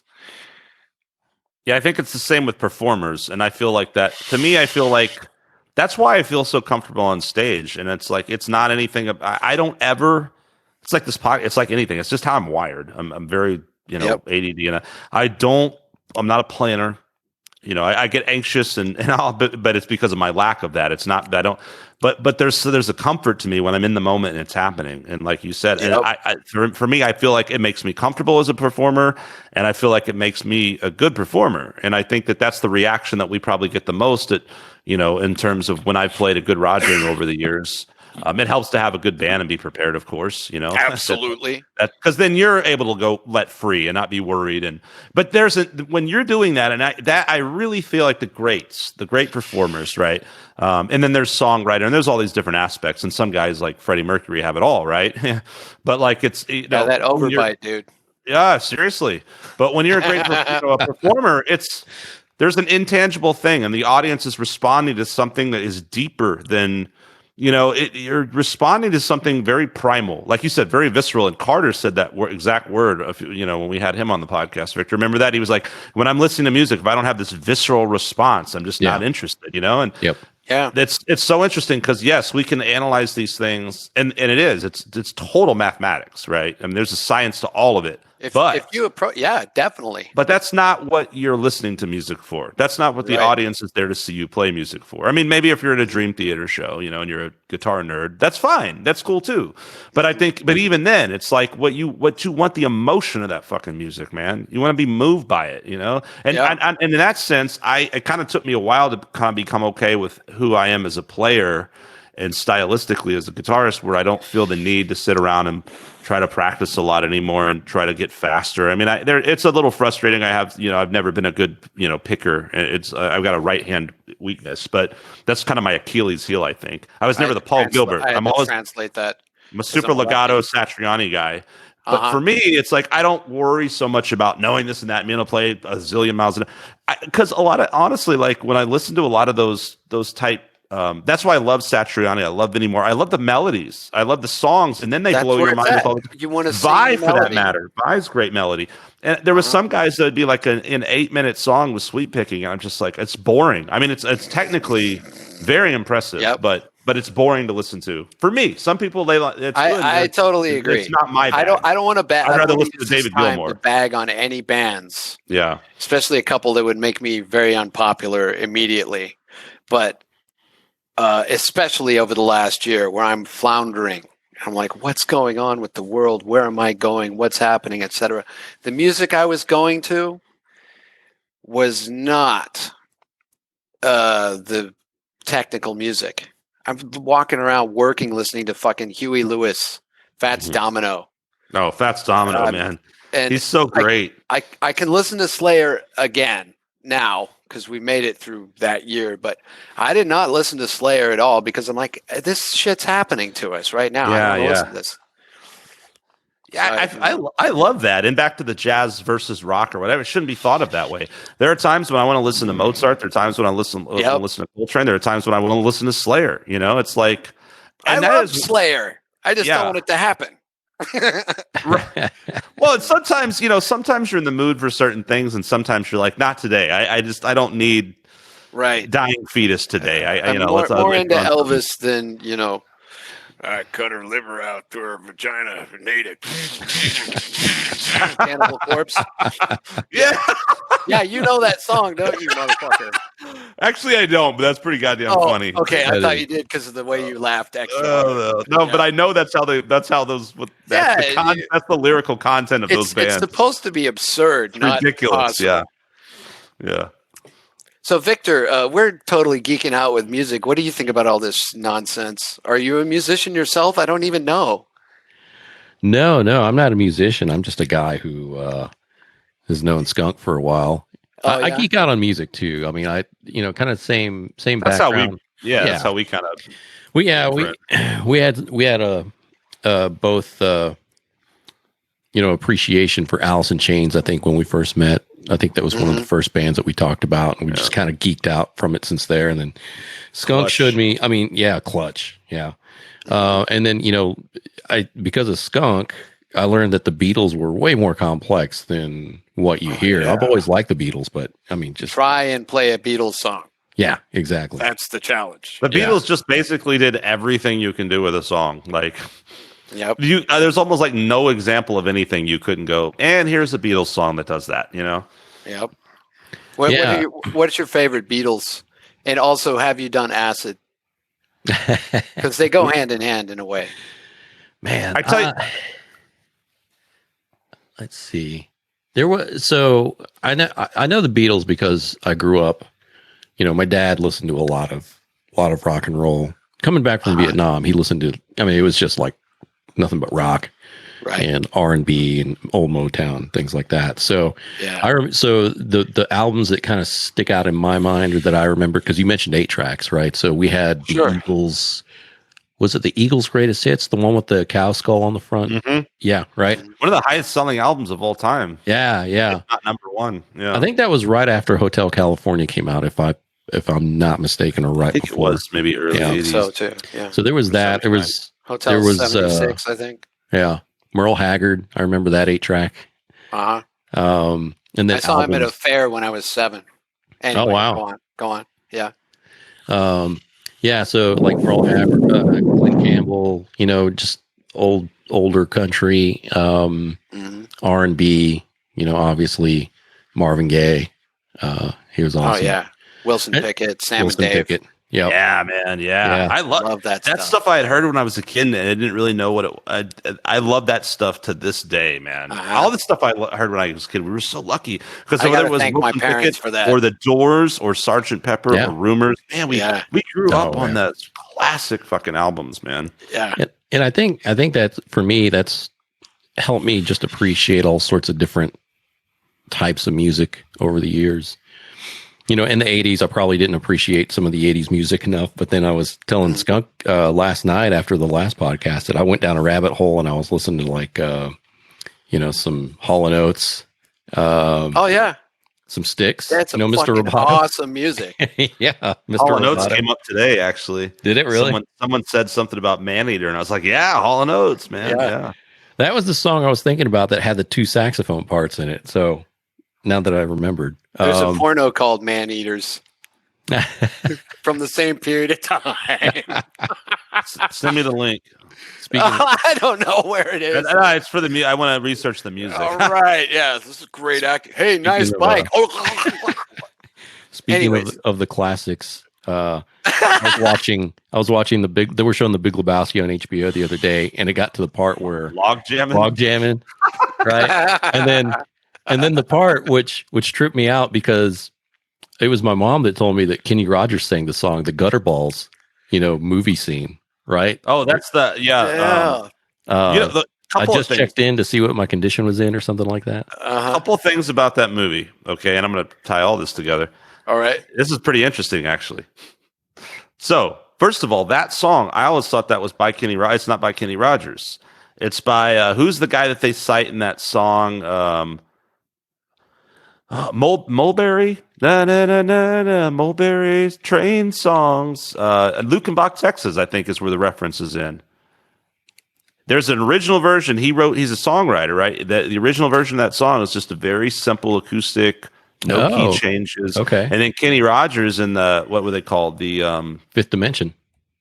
Was that it? Okay, came out and man, that song is sick, dude. Kenny Rogers' version is so good. Oh, so Waylon Jennings is who you're talking about, the Lukenbach, Texas song? Yeah. Well, no, because they actually referenced the guy. I think his name is Mulberry, and he's the guy that wrote that song. That wrote just the condition my condition is in. Another thing about the Big Lebowski and the log jamming scene, the girl that comes out where they're like, that's my roommate. She just came over to take a shower, right? So that chick is Asia Carrera, right? Who's like pretty famous 90s porn star, maybe. You know what's crazy about crazy about Asia Carrera, dude? Asia Carrera She's a genius. Mensa. Yeah. She's a fucking. She went to Juilliard and shit, and she was like playing not Juilliard, but she was playing like and she doesn't Carnegie have a gag Hall reflex either. When she was a fucking kid, and then she was like, "Fuck this," like because she was like super like driven. I guess her parents probably real super stern, like you're going to be a classical pianist, and then she was like, "Nah, I'm gonna go suck cock," Isn't that interesting? It's weird. Is it a Juilliard thing? If or you what? look at it from a psychoanalytical standpoint, balance, dude. You don't think about porn stars being like geniuses and shit, but there are like a lot of them aren't. Porn stars with like chemistry degrees and like fucking, speak like all these different languages, and you're like, damn, that's again, the psychology of porn is like, it's weird for me to. I don't know why. It's all just people doing what people do, sort of, but it's weird. I don't know. It's interesting. I thought that was like really interesting, and then I was people are very interesting. People are very interesting, especially. Huh? The exceptional ones, especially. Yeah. Anyway, I had to get porn into this again. It's a nice little thing there. Let's talk guns now, man. Let's go to guns. We were talking man-eaters. That's why I brought it up. My brother's, he's all, here, watch that. At least you brought it up. Yeah. I brought it up. I'm sorry. I'm dirty. You even started talking about gag reflex. Well, yeah. You're talking about Asia Carrera's assets. I was like, yeah, she doesn't have a gag reflex either. Dude, like, she's straight up like sit down and like fucking start hammering out the third movement of the Moonlight Sonata, and you're like, what? Like, well, who's the guy from Queen that's like an astrophysicist? Oh God, I don't. Dude, that's Brian May. Brian May, yeah. Genius. Yeah. And then let's go over to Tom Scholz for a second. That guy's an engineer. Is that Boston? Boston, yeah, oh yeah. Yeah. Well, he invented the Zamp, right? What was the what was that? The Rockman was his brand. I always thought that was just highly processed Marshall. What did I know? I played a rock. It was never my super favorite sound, but hey, who am I to talk? I didn't invent an amp. Like fucking Brian May, like made all his shit and then was like, building rockets in his spare time or whatever. That's pretty much it. I found out that they actually took time out from doing albums to get their degrees at Oxford. Yeah. Well, speaking of Iron Maiden, right? And then you got Bruce Dickinson. Bruce Dickinson. What a loser. Nerd. Right? He's like writing songs about novels while he's like flying jets around the world. Yeah. I learned so much stuff from entertainment that sparks my interest in history. And Iron Maiden was the first one. I was like, what?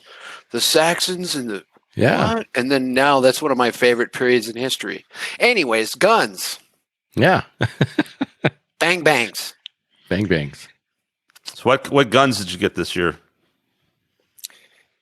I don't really want to give a full detailed account of that, so much as say that semi-automatics for hog hunting. Living in California, I'll go back to 4 years old.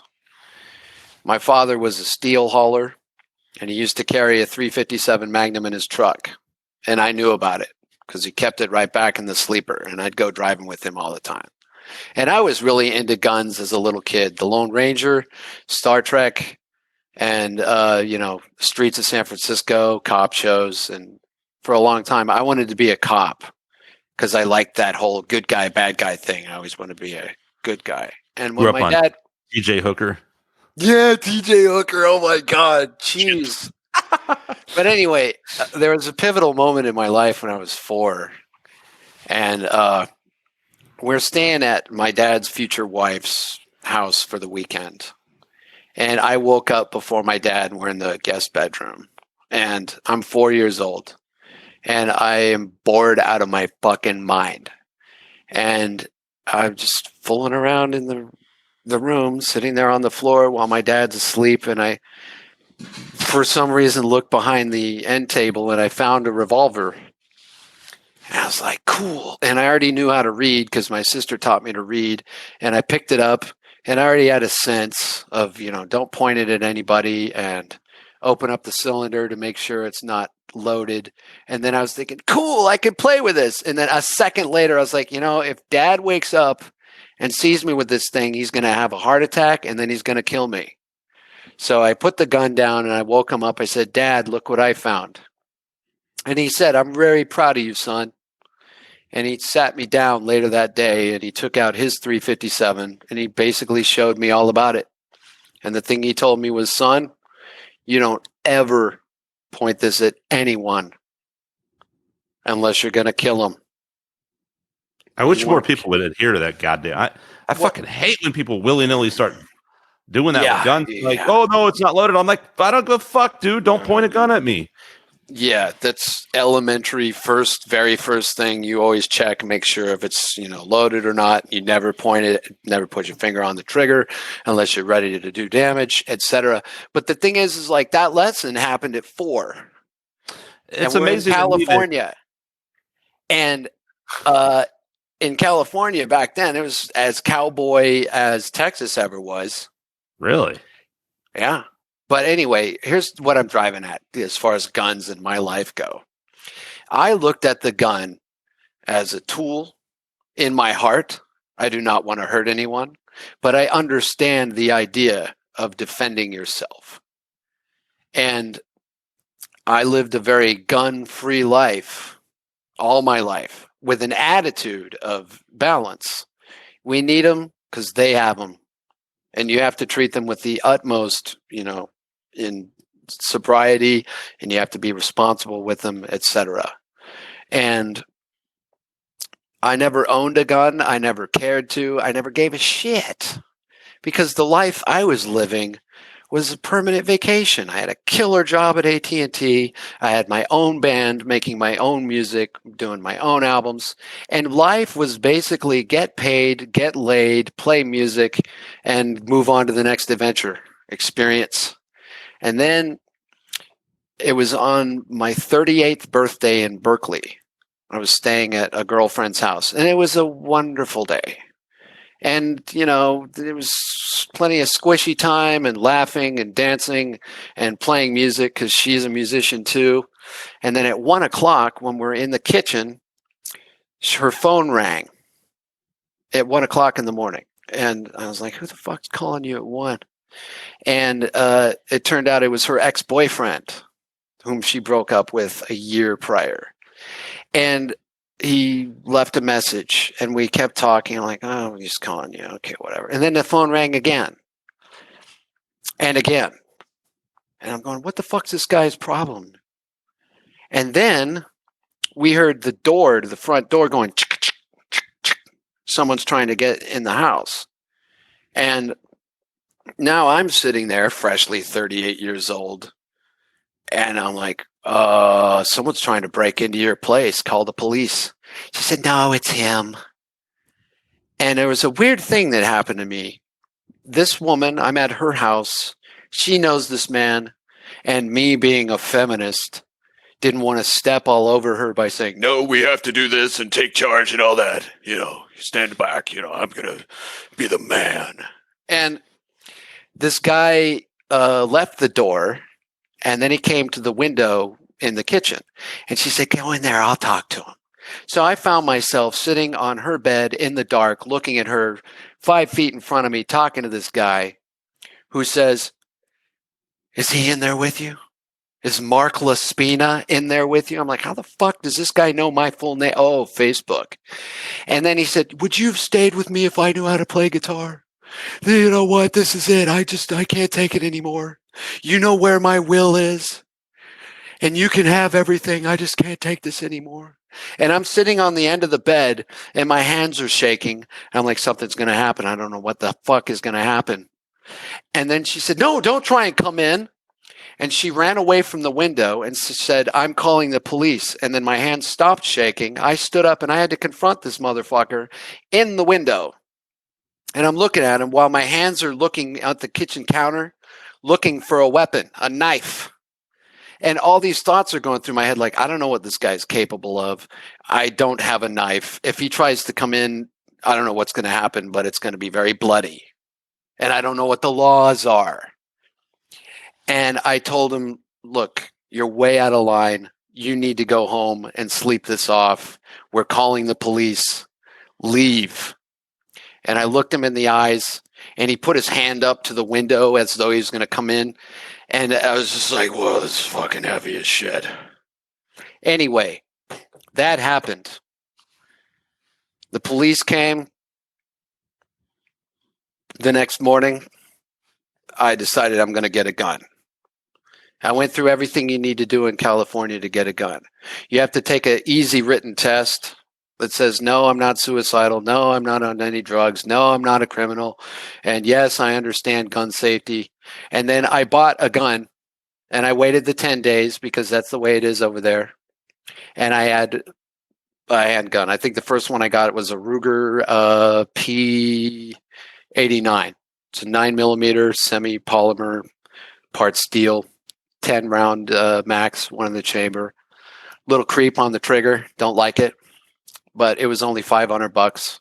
And I started going to the gun range with the intent to master it, just like a guitar or just like the sword I'd studied for 15 years.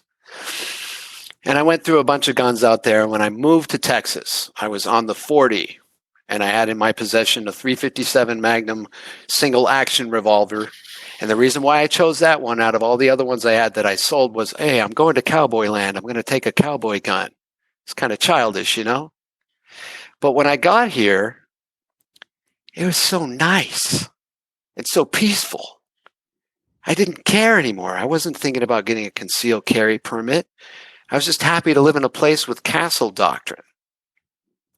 So I never bought another gun. I ended up selling that revolver because the timing was off. And the friend I was living with at the time had lent me one of his, and it was basically in my room for 5 years. And we didn't go to the range or anything. When the riots started last year and I'd moved out to another place and I didn't have any guns, that's when I kind of bought a smaller gun to carry and a nice Beretta 92X for, home. And I bought a musket as well. Hope I never used the musket, but it's there. You know what I mean when I say musket, the modern day musket. And that's pretty much it. I have a healthy respect for them. I know how to use them both-handed, single-handed, both hands. And they're not fun to me anymore, because the whole discipline and the musical correlation of kung fu conditioned behavior versus musical conditioned behavior, learning how to operate the firearm, that whole thing. When the riots were happening last year and I started carrying a gun in the car, it wasn't because I can or because it's cool. It was because at any second I might be attacked. It permanently changed my attitude. So there we are. I hope I didn't put you both to sleep. Not at all. I still want to go learn how to go hunting because I feel that, I know how to plant stuff and grow it for food. If we're ever in a situation where the lights go off and we need to hunt, that's something I feel I need to learn how to do. I don't look forward to the actual killing or the cleaning and the gutting and skinning and smelling the shit and the entrails, but it's something I feel I need to learn how to do. If either of you know how to hunt, take me with you. Hoping to start this year, actually. Yeah, I'm vegan. Okay, problem solved there, man. Just plant. And congratulations. I wish I could be vegan. No, I don't have fussy. I don't have the discipline either. Even if I wanted to be a vegan, I'm like, is that bacon? I'm not vegan anymore. Oh, you're fucking with me. Yeah. Oh yeah, no, definitely not. Oh, okay. I don't, and I'm like that too. I don't. There's not like I'm not like a guy that's like I can't wait to go kill things. But I agree. We were just discussing this too. I think there's absolutely nothing wrong, for someone to hunt, kill your own, be able to kill your own food and process it. And I mean that's healthier ultimately if you know how to do it right than anything you're going to buy at the store, most likely, Yeah. So I don't have a problem with hunting and for food, using not for ego, not for ego. Yeah, that's a good way to put it. That's something I've never understood, but for food, I have no problem with that. There's a great series on Netflix called Meat Eater, and it's by a guy named Steven Ranella. He's done a couple of podcasts with like Rogan and a couple other guys, but he's really awesome to listen to. He's like super smart, but he talks like he grew up in the backwoods. But I mean, this guy talks about ethical hunting, hunting for self-sustainment, things like that. And so it's a whole series. I think they start on season 4 on Netflix, but if you go to their website, I think they have the first 3 seasons. But I'd recommend it. It's really good. He even takes a couple of brand new hunters. Yeah. Seen that. I think I've seen that show. Yeah. It's educational. It's educational. It's also entertaining, but it also gives you an insight onto hunting in general and and why he does it, why other people do it, how to be smart, how to be ethical about, choosing what to hunt, when to hunt, things like that, making sure. And I think on YouTube, there's even a debate between him and a vegan, like one of Skunk's friends. But no, That must have been interesting. Is Murderer.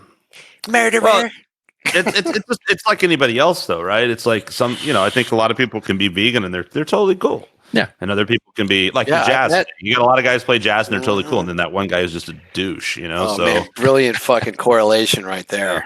jazz vegan. Ooh, what a combo! Oh, Yeah. jazz vegan that does CrossFit. Oh no, jazz and vegan. Oh.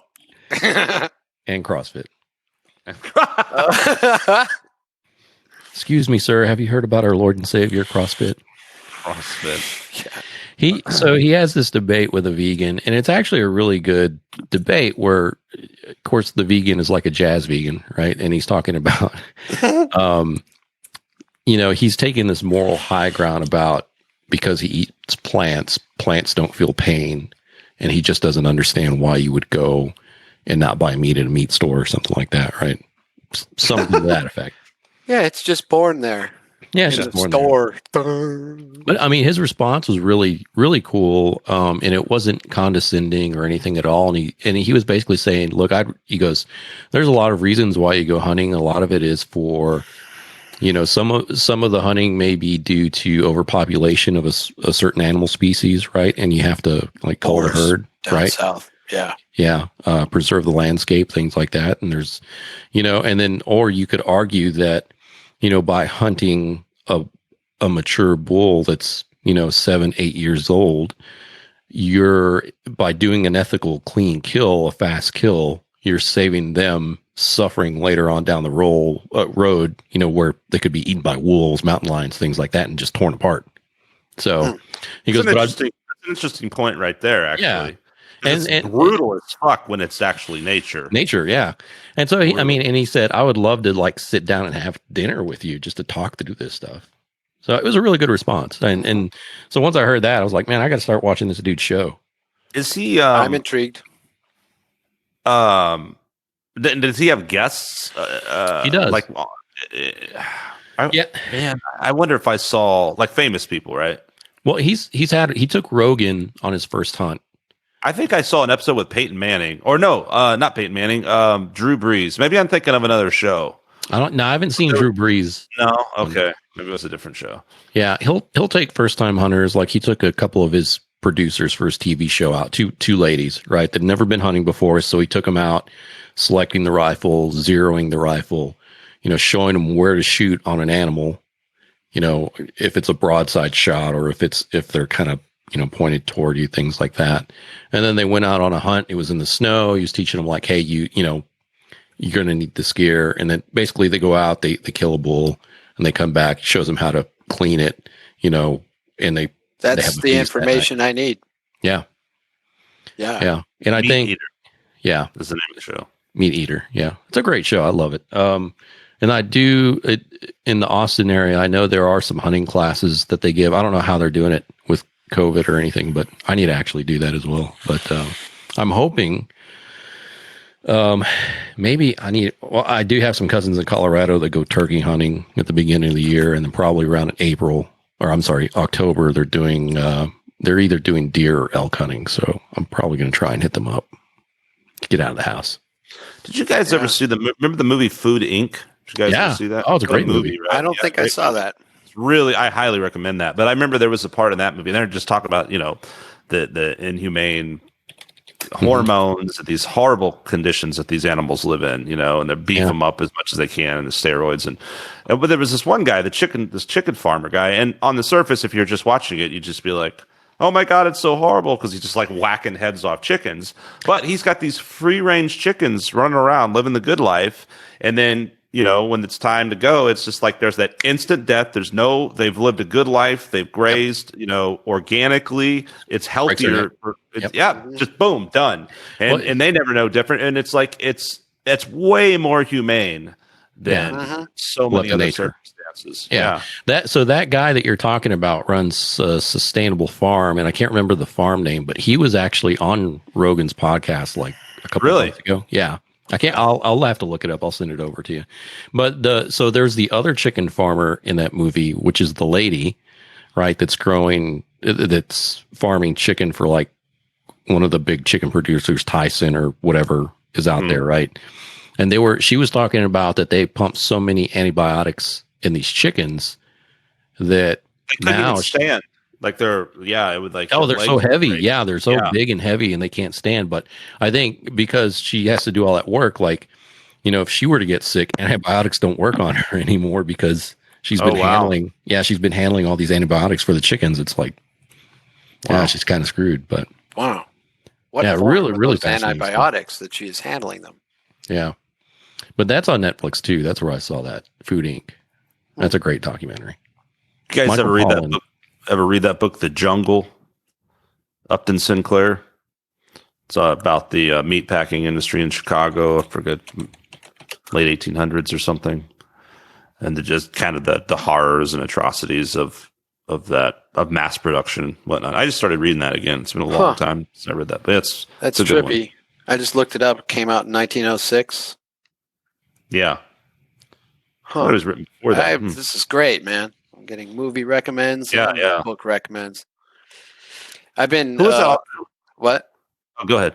I was just gonna shout out some books. Go ahead, finish your point. Oh no, please do. Go ahead. I was gonna do the same thing, but go ahead. Oh, I was just gonna say. I've been reading like crazy, and but it's off this topic. That's what I'm saying. If you have something that's still related to food. Oh no. No. I was going to say,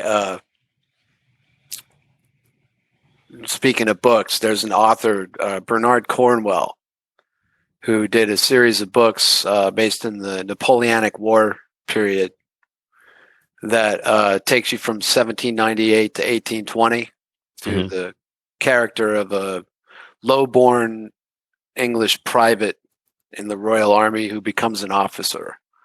It's very entertaining. It's very gnarly and grisly and violent, but it also provides a perspective. And it made me see just what animals we are. We're all just a few meals short of being absolute cannibal savages in the interest of being, able to survive. And when you describe the manner in which the fellow killed all the chickens that have had a good life, and then at the end, no more head. No pain for the chickens, but the human who is unused to such savagery, their natural compassion kicks in and makes them kind of go, I don't like that. But you got to eat. Well, to Victor's point, it's like you said, if you watch something on the Nature Channel, it's like, wow, it is.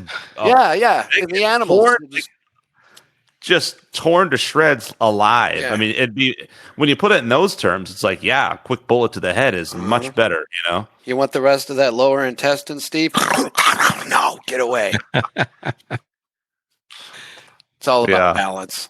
Yeah, it is. I mean, that's nature, man. It's part of life, and so I think that kind of, in line with the jazz snob, vegan snob, I think it's fine. You should have a character in some book. And you should have choice. If you want to be a vegan, that's great. And but at the same time, I think a lot of vegans make that choice, and I think a lot of people like ourselves included, anybody would argue for humane treatment of animals. And I think that's the argument. I don't even think it's so much about but when you have such a mass production system, that can become difficult, and so that it gets overlooked, nobody wants to see that, or and that's the real argument. I don't think it's. Most people are probably arguing about, the cycle of life, and eating meat. For the record, I would be a vegetarian or a vegan on that principle, ground, if I could enjoy the food. Hey, I love vegetables too. I love all kinds of food, but damn, dude, and I don't eat a lot of beef. I mean, we're talking a steak a few times a year, but man, oof, that's something when you cook that steak, man. There's nothing like grilling a steak. And I eat a lot of chicken, but like a good ribeye or something. Good, yeah, I think it's probably probably healthy for your diet. Although nowadays there's a lot of substitutes and stuff, and I think you can probably be okay going that other route. So I think it's an individual choice, Yeah. For me, it takes a woman. Left to my own devices, I'm a barbarian. You're like Samuel L. Jackson in Pulp Fiction. Kind of. My girlfriend's a vegetarian, so I'm pretty much a vegetarian. That's pretty interesting. You say that guy in particular. Yeah. I do love a tasty burger. You were mentioning an author last night, Vic. What was his name? Jack something Carr. Jack Carr. Were you ever into the Clancy novels and that kind of stuff, Mark? No, Ian Fleming and who's the one that does the Mitch Rapp? Vince Flynn. As far as real world fiction goes, those are the two authors I go to. Clancy, obviously, I've been aware of, and I've seen. Show the title, Victor. It's not in there yet. More. The Terminal List. That's it. Is that like about airports? It's an airport. Now you're thinking about Tom Hanks. Really boring Tom Hanks movie. Well, it's like a Clancy book, or the one I kind of think about when I say Clancy is Without Remorse, which is not a Jack Ryan story, but it's Mr. Clark. Do you recommend it? Highly. Dude, I read so much, it's ridiculous, and so I'll eat that shit up. There's 3 of these out. So Jack Carr is a retired Navy SEAL, and he grew up. I think his mom was a librarian, so he's always, been around books and read books. And he got out of the Navy, and he was like, I just want to write stories. So that's what he did. And there's a central character. There's 3 of the books. I think he's got a new one coming out this year, April. But what are these? What's the theme? So basically, the central character is a guy that's been framed by the government, and his terminal list is a list of people that have framed him. Right. So it just kind of goes from there. Oh, those are the people he's going to get. Yeah, he's gonna talk him into CrossFit and veganism. Right. Yeah, John Wick on him.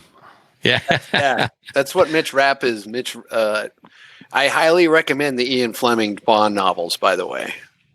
Some of them are pretty badass. And then Vince Flynn did this series based on a character named Mitch Rapp, who is basically Black Ops for the CIA during the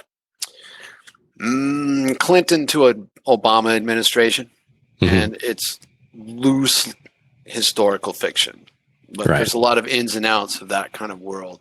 Kind of weaves in like factual nonfiction with the fiction. Is that kind of what Clancy is too? Yeah. Political intrigue and ops and shit like that. Yeah. I'm into that. I'll check some of those out. Yeah. A lot of novels, Clancy. Yeah. Without Remorse is probably my favorite Clancy novel. That's the one I'll start with. Yeah. Jack Carr, and as you get into Clancy and Mr. Clark gets introduced, you already know his background, but he's been kind of this mysterious character within the Clancy novels that he's a spook, right? CIA spook. And you're like, what is it with this guy? Right. So Without Remorse goes into his backstory and tells you about how he becomes that character. Sounds cool. CIA. Sorry, go ahead. No. Well, it's funny because, a lot of these guys that are coming out of the military, they're CIA contractors after they get out for a little while because the contracting money is pretty decent. And, and they get to work with the CIA, but it's a pretty hairy situation. But Jack Carr does a really good job of creating this fictional character, fictional, figures.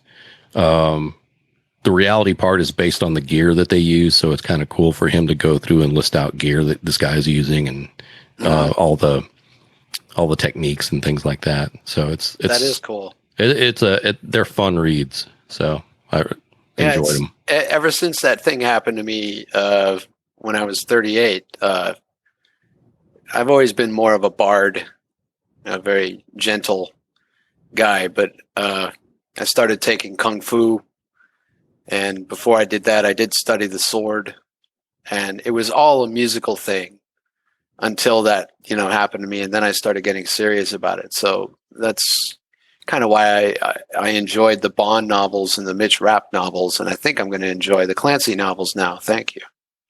Did you ever either of you see the show Homeland? No, I've heard about that. Showtime. Haven't seen it. Excellent. It's excellent. I can't recommend it enough.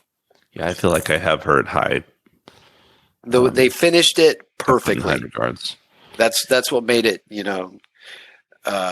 Breaking Bad is another perfect show to me because they ended it well. So good. And Sons of Anarchy was absolute shit because the 7th season just took a dump. And same thing with Game of Thrones. That's what I've heard. Game of Thrones was like, everyone was so pissed. Awesome thing. And then at the end, they're like, what the hell? So we're still waiting for that guy to finish those books. He's too busy commenting on Twitter. That's what I know, right? But not so with Homeland. That is good. Who's the Game of Thrones guy? He's one of those authors with like 7 letters and George R. That's right. That's right. He's got the Captain and Tennille caps that he wears all the time too. Yeah, that's right. Yeah. That's who he reminds me of, Captain Tennille. Well, the captain from Captain and Tennille. Right. A lot of people that are maybe younger than us aren't going to get that reference. So that's again, thanks, Mom and Dad. Yeah, we're the bridge generation, man. We got to experience the 40s, 50s, 60s, 70s, 80s in the present. Yeah, and man, hopefully we can share what we know with the current generation because, man, there's a lot of good shit that I want to see passed on that seems to be being rejected wholeheartedly because we're all white devils, right? That's right, white devils. Yeah, or some nonsense. That's what I meant earlier about the pendulum. You know what I mean? I think it's good and healthy to always be pushing for equality and progress, but at the same time, you don't want to go. Now we're just going to erase everything of significance that's ever been done because it was of this shade or this time period. Mm-hmm. That's not productive. Going to that, it's so interesting. I grew up listening to Richard Pryor as much as AC/DC.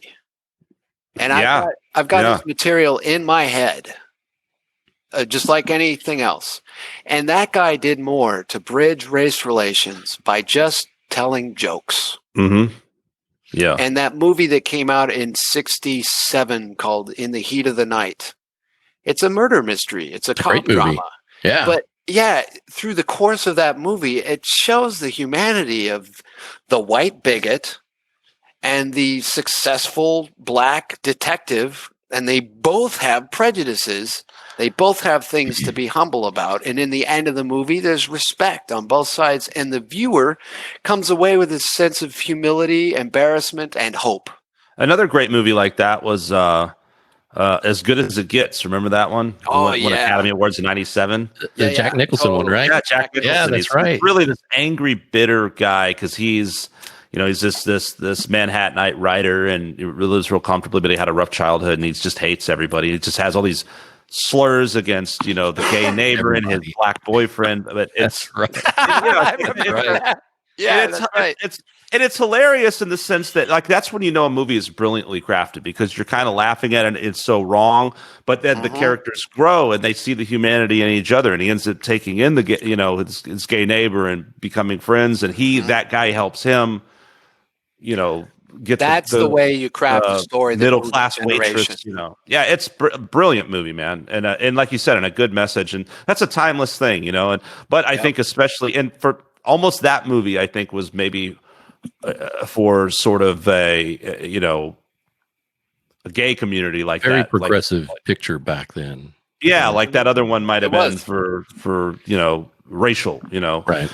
Yeah, totally. But it shows the humanity and it's honest. Right. There was a TV series, but in the movie, Gran Torino. Oh yeah, that's right. Oh, Gran Torino is a great movie. Yeah, fantastic. That's a great movie. Yeah, I love that one. Yeah. The In the Heat of the Night movie, that's with Sidney Portier. And Rod Dude, he's in, Steiger. Rod he's in so Steiger. much. That's Yeah. right. Good stuff. Because I was thinking of the TV series with Archie Bunker, with Carol O'Connor, right? Right. And I don't remember the other guy's name. It looks a but hell of a lot like Rod Steiger. He totally does. Yeah. But what's the actor from the Avengers movies? The guy that plays Falcon, Anthony Mackie, I think. Well, he commented on that, right? About, take a look back, 70s, 80s. You had Archie Bunker, racist, bigot. You had George Jefferson, racist, bigot. And he named off all these characters from these TV shows. Fucking Red Fox. Red Fox. Oh, yeah. yeah. Sanford and Son. And he goes, Excuse me. you go, it's at the time that's who these people were, but it was funny. We could laugh at this stuff because it was so ridiculous. Yeah. Right. They And put so it in front of our Well, I faces. remember being a kid too And it and taught us seeing those something. shows and remembering like people, that grew up in a generation before all the, the 60s and all that. Not to say that meant they were racist or anything, but seeing, like is a, far different time than now, but seeing like, my grandpa laughing his ass off at those shows, and enjoying that stuff. So I think that kind of stuff was very important. It was prominent on television, and then, well, it's super marred now, but then, Cosby's in the 80s and shit like that. You know what I mean? Yeah. So that's the thing about it. And I understand, there's the whole, after what happened in the massive protests, which, hey, I have no problem with peaceful protests, Neither. Either if all those encourage it. 10,000 peoples would have been at the Capitol peacefully protesting, that's their fucking right.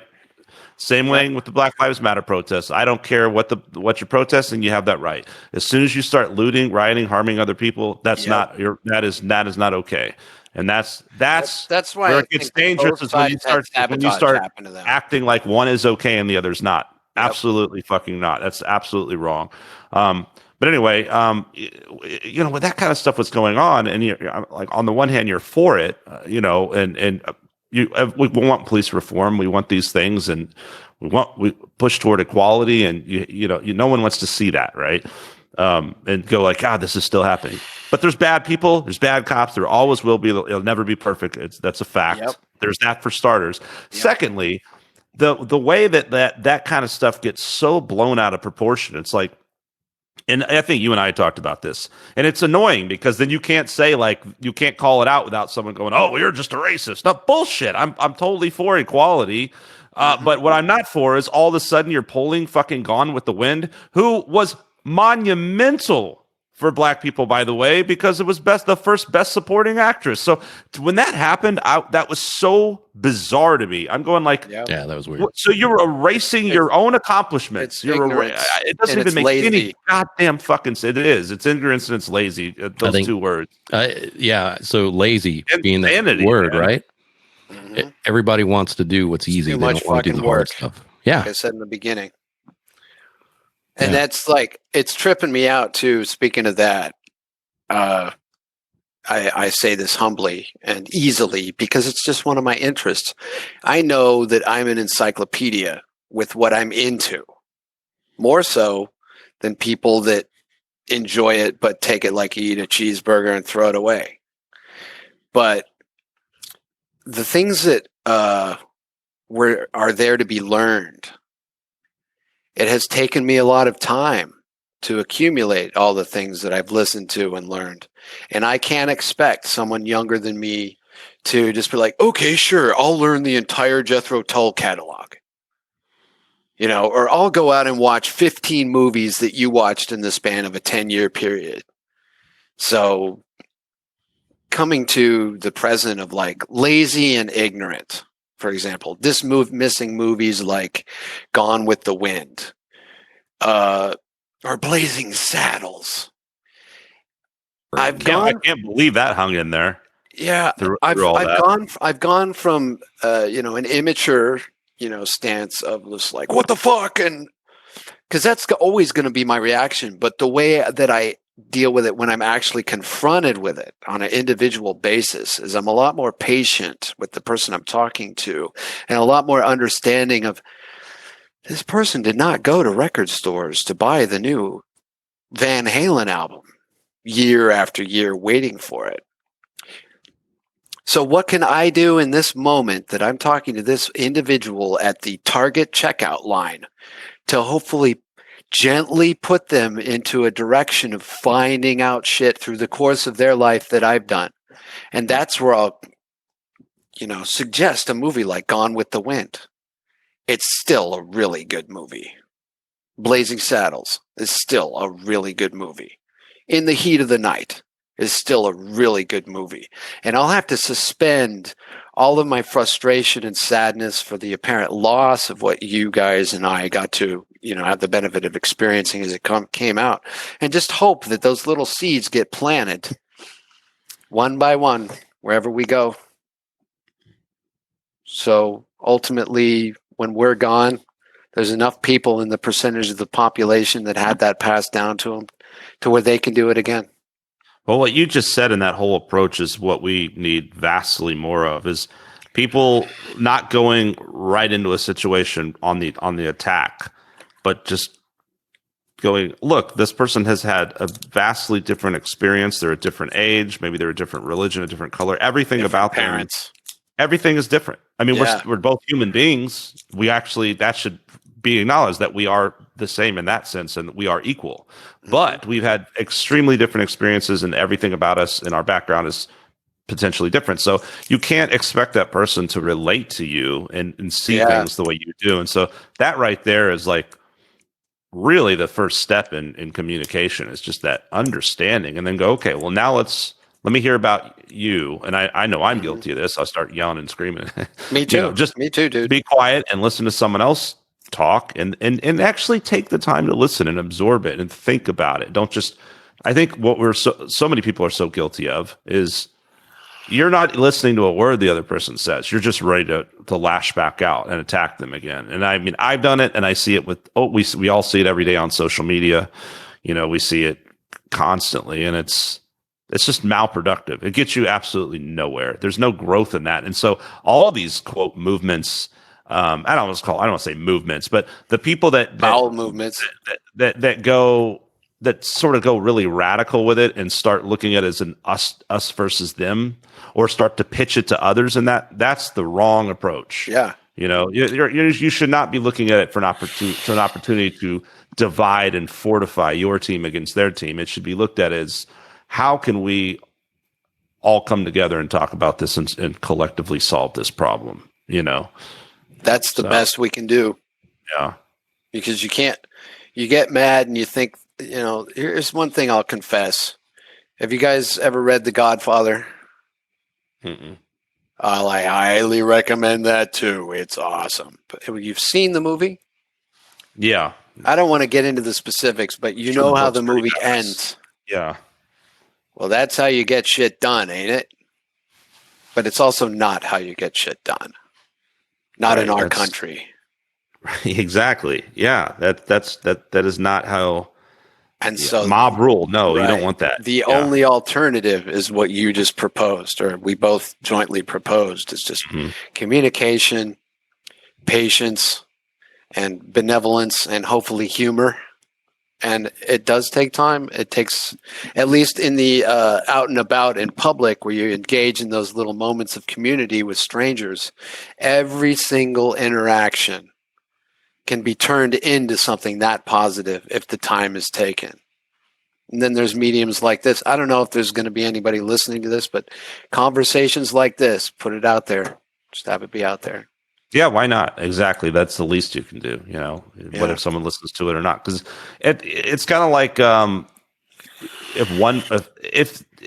that's really how you should operate as a human being. I mean, none of us are perfect, so I'm not. But certainly, like, that's what you should be, and that's what just disgusting, self-serving, narcissistic, all about me kind of culture that's been pitched as cool or hip. It's nauseating. It's a tragedy. It's a tragedy because that's the exact opposite of how we all should be to each other. We should be it should be the complete opposite, right? Like you said, it should be, if we can do something, whether you know it or not, it's almost beside the point. But if your intentions are good and you're taking that time, and so much is about almost even like, it's like the intangibles of music and performing, like we were talking about. you're exuberating positive, or that will is within you, right? You're going to change lives. You're going to make a positive difference. Mm-hmm. But if your only concern is you, that's why it's just it's so gross. And I know people have problems and and all that, but it's so gross to just see people in high positions, whether it be the president of the United States or some entertainer or some athlete who is very self-serving and very that just puts out such a bad, because if I was on this podcast acting like that, does it matter that much? Not really. But when you've got millions of eyes on you, it's just gross. It's, you know what I mean? It's like irresponsible. And that's why I just feel like vanity is like one of the most disgusting traits to me. I hate it. Yeah. And we've all, at least I know I have. When I was young and beautiful, I was never a narcissist. I can say for an honest fact that I was never a selfish, evil bastard, but I was a lot more selfish because I was thinking, yeah, what can I do? And, I had to lose I'm still a bastard. Start to appreciate some things. Yeah, well, we're all a little ugly. But you got to, first step is being aware, being aware. That empathy and awareness and humility and the willingness it. Exactly. Some sort of desire to be like, man, And so like what and I know how I come off sometimes, and sometimes I just get ranty and ragey, and sometimes I just say things to be funny and fail. Dude, you've never been ranty or ragey. Never. But in my heart, like I think most people that know me, like I think they know like I'm pretty genuine, and I think like I have pretty good intentions, and like I said, like it actually means a lot to me. Like that's really cool that like I've inspired people or been and it works both ways. You know what I mean? Like I'm inspired by students that I've taught, that I've seen them grow, and become musicians or in any aspect, I mean, you kind of like, you should want to see each other. We should lift each other up when we see each other succeed, not compete, Yeah. But we've been fed that so wrong through, various channels of media, the awful echo chambers we see on our social media pages, and in a lot of the entertainment that has an agenda to destroy. These self-righteous entertainers that think that their word is the word of God, kind of shit. And it really mind fucks us.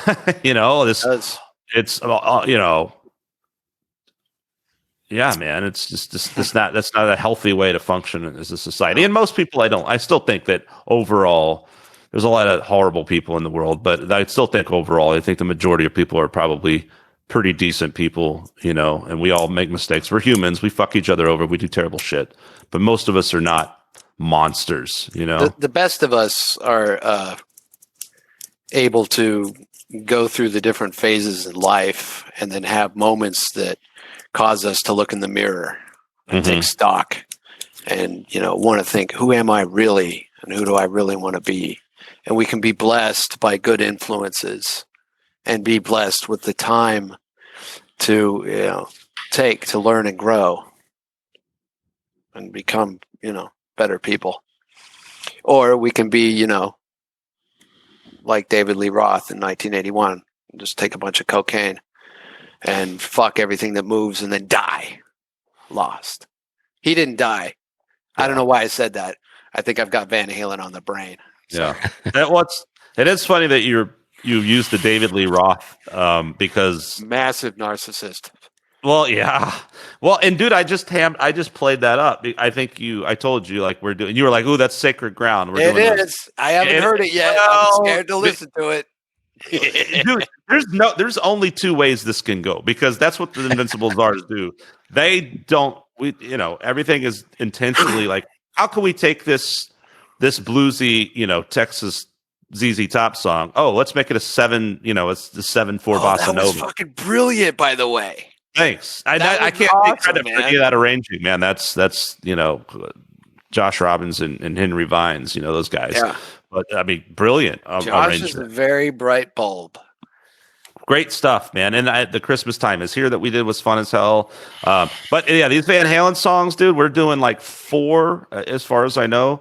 And they are all vastly different. I mean, I'm going to listen to them. Yeah, I'll everything get over from myself and listen to you're them.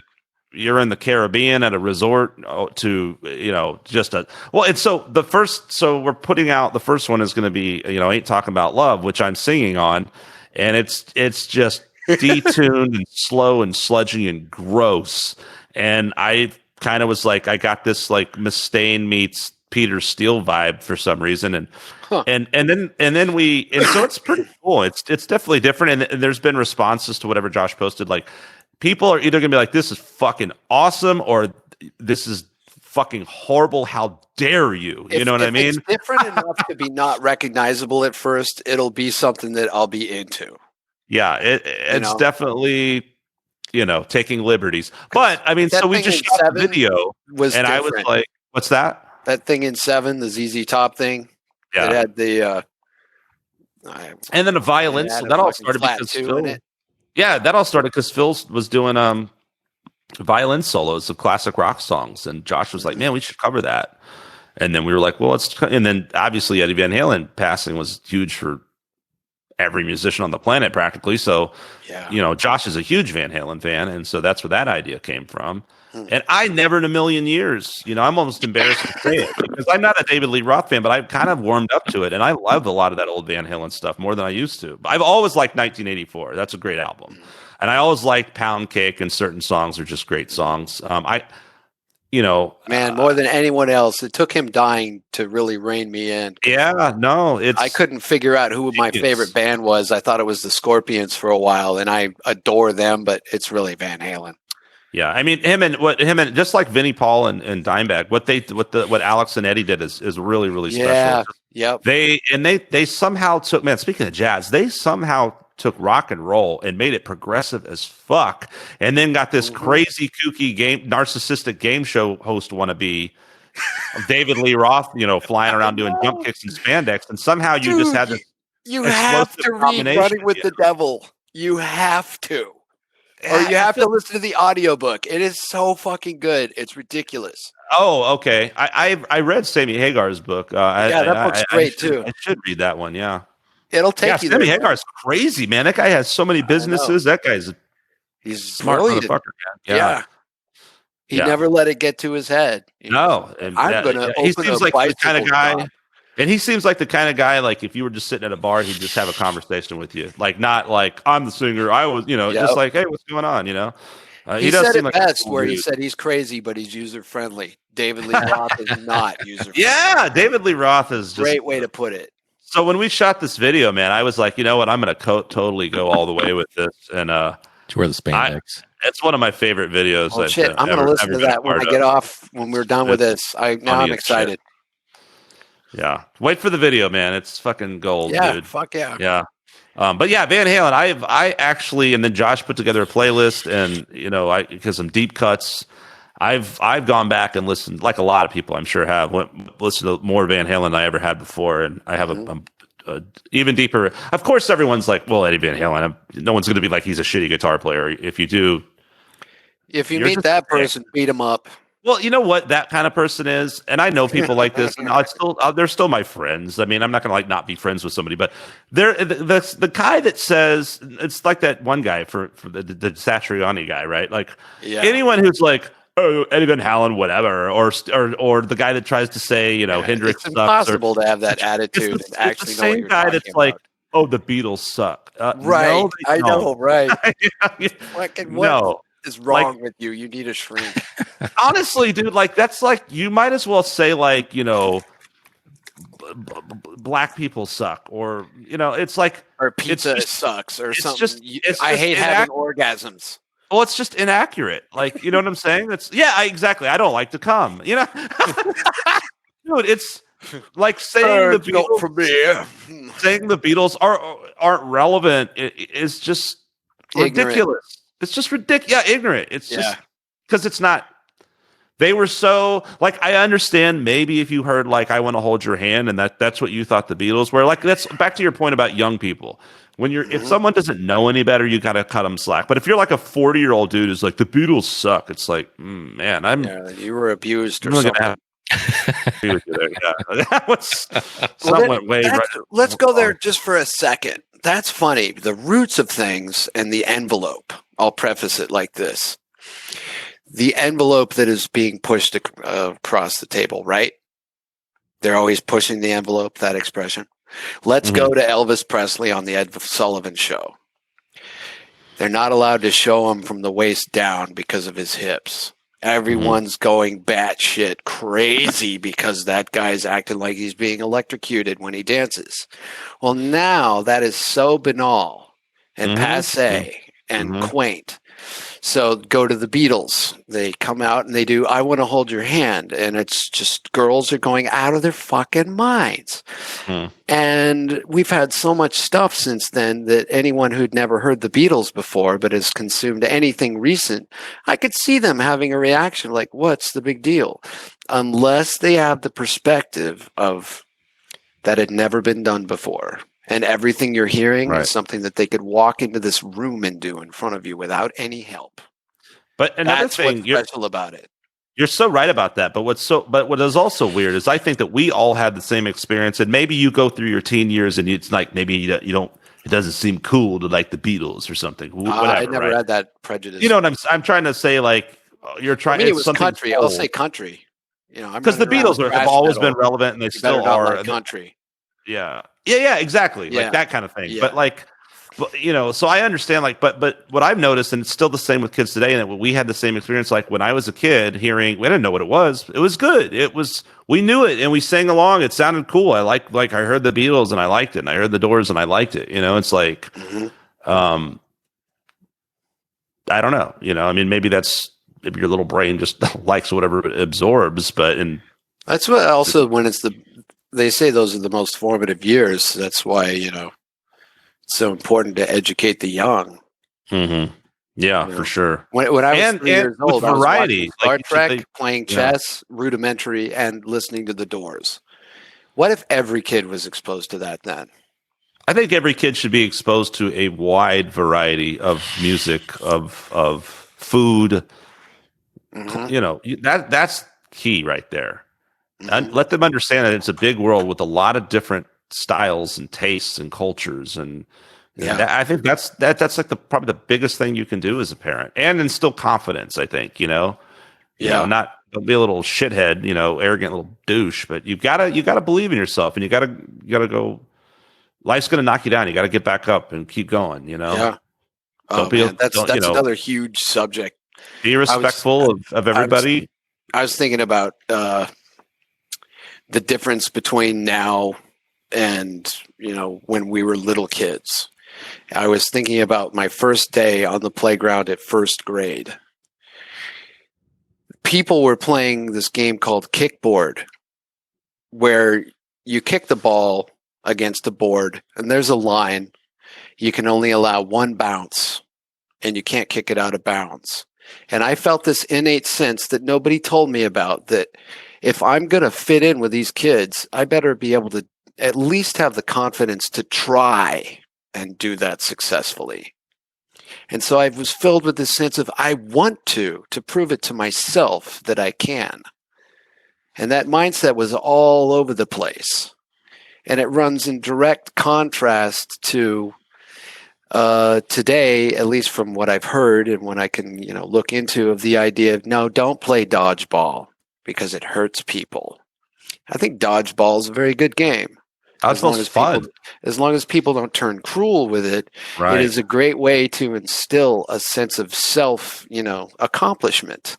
And there's a degree of fear you have to overcome. You have to be confident. And don't need to get too deep into that. But that mindset, I think that's something we need more of, not less of.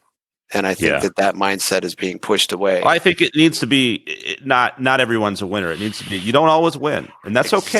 Exactly. You can come back and try again next time, and even if you lose 10 times in a row, you might win the 11th time. That's what it should be. Yeah. Don't ever give up. That should be the message. Not everyone's a winner. It doesn't matter if you blow. Wow. Yeah, man. Look at us. Yeah, man. Let's run for Congress. We got it all figured out. First thing I'm going to do is just play the fucking Beatles like loudspeakers all over the country. You just made me think of a Beatles song that song "The Inner Light" from There was a white and black collection series. I can't remember. Past Masters Part 2. It's yeah. song. The song "The Inner Light" goes, "The farther one travels, the less one knows." It's an interesting lyric. Yeah, because there's so much to learn and so many perspectives. The more places you go, you're like, "Wow, fuck! I guess I don't have it figured out." Right. And it's humbling. You really know when someone's ignorant when they think they know everything. That's the true sign of ignorance right there. And that's when it gets scary if they have power. Yeah, or humility if they're prone is to dangerous things. Yeah. I met someone in Stockton, California when I was 19 who said, "You should come to our church. It's the only church sanctioned by Christ." And I was looking at him like, what? Brainwashed much? Yeah. I know. I mean, like, we're talking about God who's outside of this dimension. Do you think that even for 1 second you could possibly have any definitive answer on that? I'm glad that, like, on the last podcast, Vic really brought it back down and stood up for the Christians. Good for you, Vic, because, man, I just get riled up and I just go off on that shit. I definitely am a Christian, gentleman. You know, I don't have a problem with any religion as long as you're a good person. That's all that matters. Yeah. You know, basic fundamental, don't harm other people, that kind of stuff, Decent. Be excellent to each other and party on, dude. There you go. There you go. Yeah. Hey, speaking of which, did that movie come out? Wasn't there? I don't know. Yeah, I didn't see it. It released. It was like digital release, and I think it's on Amazon Prime. So it's like Bill and Ted's. That's gonna be tough. Triumphant return, or it'll either be a fall down on your face in the mud, or it'll succeed like Tucker and Dale versus Evil. Aren't they like? Aren't they like the parents of, like, it's their kids' rock band now or some shit? What's God, I don't know. I'm gonna have to see it though. I've seen the trailers, and I don't know. It's like they're still Bill and Ted. They have a couple of daughters. The one I'm excited about is Death is back in this movie. Like, he was great. Yeah, he was hilarious.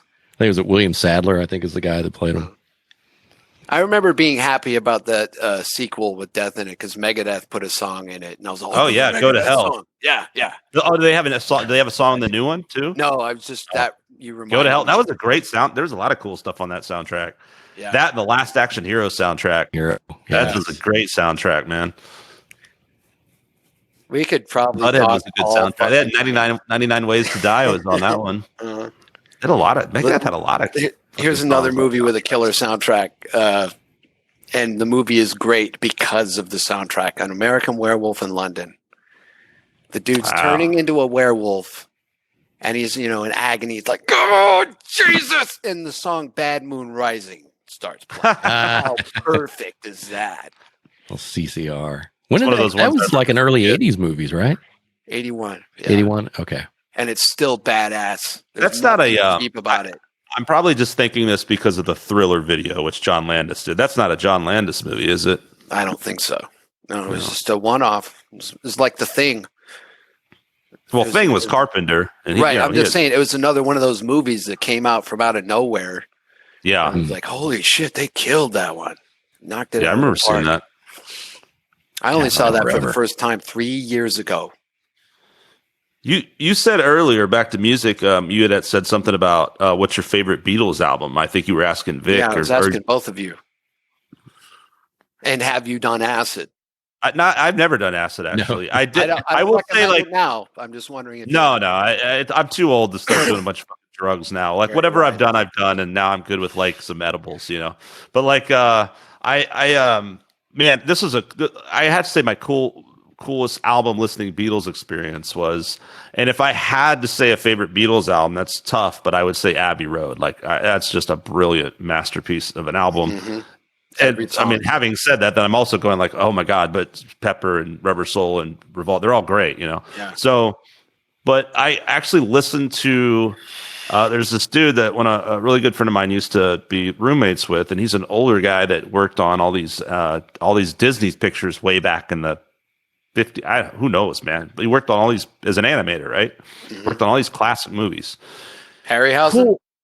What's that? Harryhausen? Or there's not like what? Famous dude, Like, not a big famous dude. Okay. no. I Okay. mean, but he was like one of the animators or something. But anyway, it's blah blah blah. But so this guy he lives out in like Studio City, super nice guy, really cool dude, and so we listened to Abbey Road on vinyl, smoked a joint, listened to that record. It's just so badass. Yeah, that is such a great album. I just love that album, man. She came Vic, in what through the about bathroom you? window. Was one of my favorites. That whole string, the whole side B is just like, yeah, man, that whole it's record. amazing. It's like, to me, that's like Pink Floyd before Pink Floyd. Like they were already rolling a whole album, like as a continuous track. Mm-hmm. And you, Victor? Let's see. I didn't have all of the albums growing up. There was the collection of hits in the red and blue releases. The red and blue, right? Yeah. So I have the red release. But I think the one I listened to the most was the Sgt. Pepper album. I dig it. Right, cool. Yeah. What's the guy that covered one of the Beatles songs off that album at Woodstock? I didn't like his version. Me neither. Oh, I like that. I like that Joe Cocker version. It's not that Joe I didn't Cocker, like there it. you It's just again sacred ground. Yeah, So the association is there. You have to do pretty something different as with good as Devo or Van Halen to cover a song and make it sound like you. Yeah, Even Pretty though- Woman is a pretty wild. Yeah. That the intro is so weird. It doesn't seem like it's going to go where it goes. You know why they did it? Oh, I love their version of the Kinks, man. That's a great Where cover. have all the good things all the good times gone? And you really got me. Yeah, really got me. Speaking of Intruder, that instrumental was there because the video they did was longer than the song, so they just whipped that out. Really? Yeah. Incidentally. You got a favorite Beatles album, Mark? I've been thinking about it, and it's really hard because It's really hard. I started dating when I was 18, and that's when I got into the Beatles. And I was like, holy fuck, these songs are happening to me. So half of it is the innocent young man experiencing love and sex for the first time, listening to the early period of the Beatles.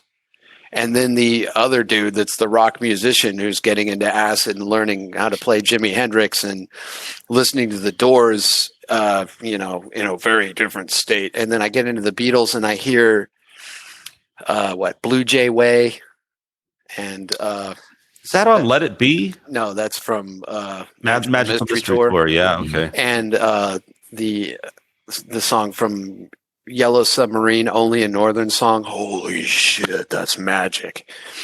So I got to go with like songs like Hold Me Tight from With the Beatles, their second. I feel like that's even harder because like every Beatles song was a fucking hit, man. I know. And then it's crazy, like 100 hits. If I listen to an entire album and I'm always happy with it. Yeah. What was Eleanor Rigby on? Revolver, Sgt. Pepper's, Revolver. Abbey Road. They're all awesome. They're all amazing. Depends on my mood, True. Well, and even the stuff like Help, wasn't Help was a record. Hard Day's Night on that one, and wasn't that a movie soundtrack? I've got another girl. That song's on Help. I think they did a movie of was it Hard Day's Night? They did Hard Day's Night and Help. They were both okay, and they're both weird as shit. But yeah, they are. Yeah, talk about acid. Yeah, that always makes me think of the Dewey Cox spoof on that was so good. All right, you can drop acid with the Beatles, right? And then they go on that crazy fucking acid trip with all that Beatles-esque animated shit. It's shit. So funny because I asked you specifically if you'd done acid because the very last time I did acid, it was all very deliberate. Like, I know this is going to be the last time. I want to listen to things that I haven't listened to because that was always a big part of it. Mm-hmm. And I realized, like a moron, is like, you mean for this entire off and on 2-year period, I haven't listened to the Beatles on acid? And if you're going to do acid, you really got to choose your lots of talking albums heads, tons correctly. of Jimi Hendrix. I feel like you got a Pink Floyd, Dark Side of the Moon. Yeah, you got to do Dark Side. That's all I think that's all I did for like a year when I discovered Pink Floyd. Like for a year or two, all I did was listen to Pink Floyd and get stoned and watch The Wizard of Oz. And try to line up the Sabbath. But anyway, it was toward the end of the trip. I'd already peaked, and I was like, I haven't listened to the Beatles, you fucking idiot. So I was standing in the garage where I had a stereo, And I was, sober enough to where I knew where I was. I knew what time it was. I knew what planet I was on. And I turned on All You Need Is Love. And there was nothing else in the universe for that 4-minute period. That sounds like a good acid song, man. Really, good positive trip. Really, once again, augmented me in a good way. Watching Jimmy Plays Monterey is something that made me into the musician I am now. That taught me how to convey. Yeah. Listening to the Beatles, All You Need Is Love was more of a spiritual thing. It was just like, I can't explain it, but it was awesome. It was watching the wall. What about Floyd? You got a Floyd? Could you pick a Pink Floyd album? Some of the songs on the first one, Piper at the Gates of Dawn. Oh yeah, okay. The first half of The Wall, absolutely. And Metal. I really like Metal. Metal's a great album, man. Great album. And obviously, Dark Side of the Moon. And it's really fun when I'm playing guitar to play Shine On You Crazy Diamond, because quite often it's a roller coaster of breakneck speed and slow, sustained notes with vibrato. And I use Shine On You Crazy Diamond to rein in and try and make every note count with this doo-dee-doo-doo. Mm-hmm. Such a badass progression, man. Yeah. So good. I'm excited. Speaking of music, I haven't done anything. I didn't do anything last year except just be freaked out, work my ass off, and be worried about my parents in California. And then I contacted a friend of mine who played drums in Liquid Pig for a couple of months, and we've been talking, and I think we finally found a bass player. Cool. So we're going to start jamming hopefully in the next month or two. I'm really looking forward to that again.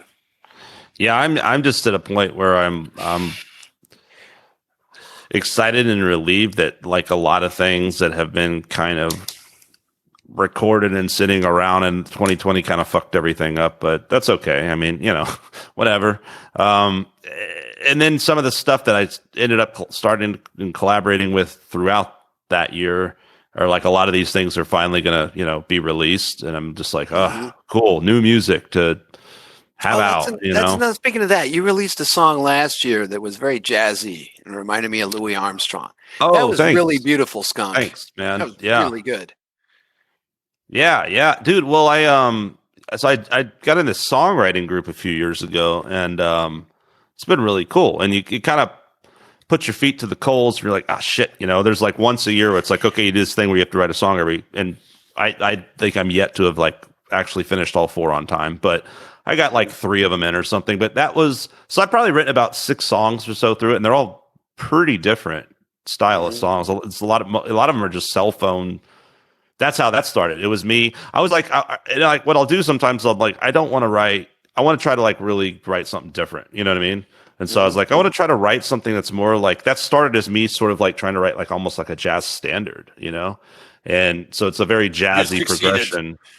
And then I was like, man, I need to like actually take this and produce, produce it. And I went and worked with some guys at Same Sky Studio here, which I highly recommend. And man, it kind of went when I went and played it for him. It was just, like I said, it was just playing me on the piano singing, cell phone.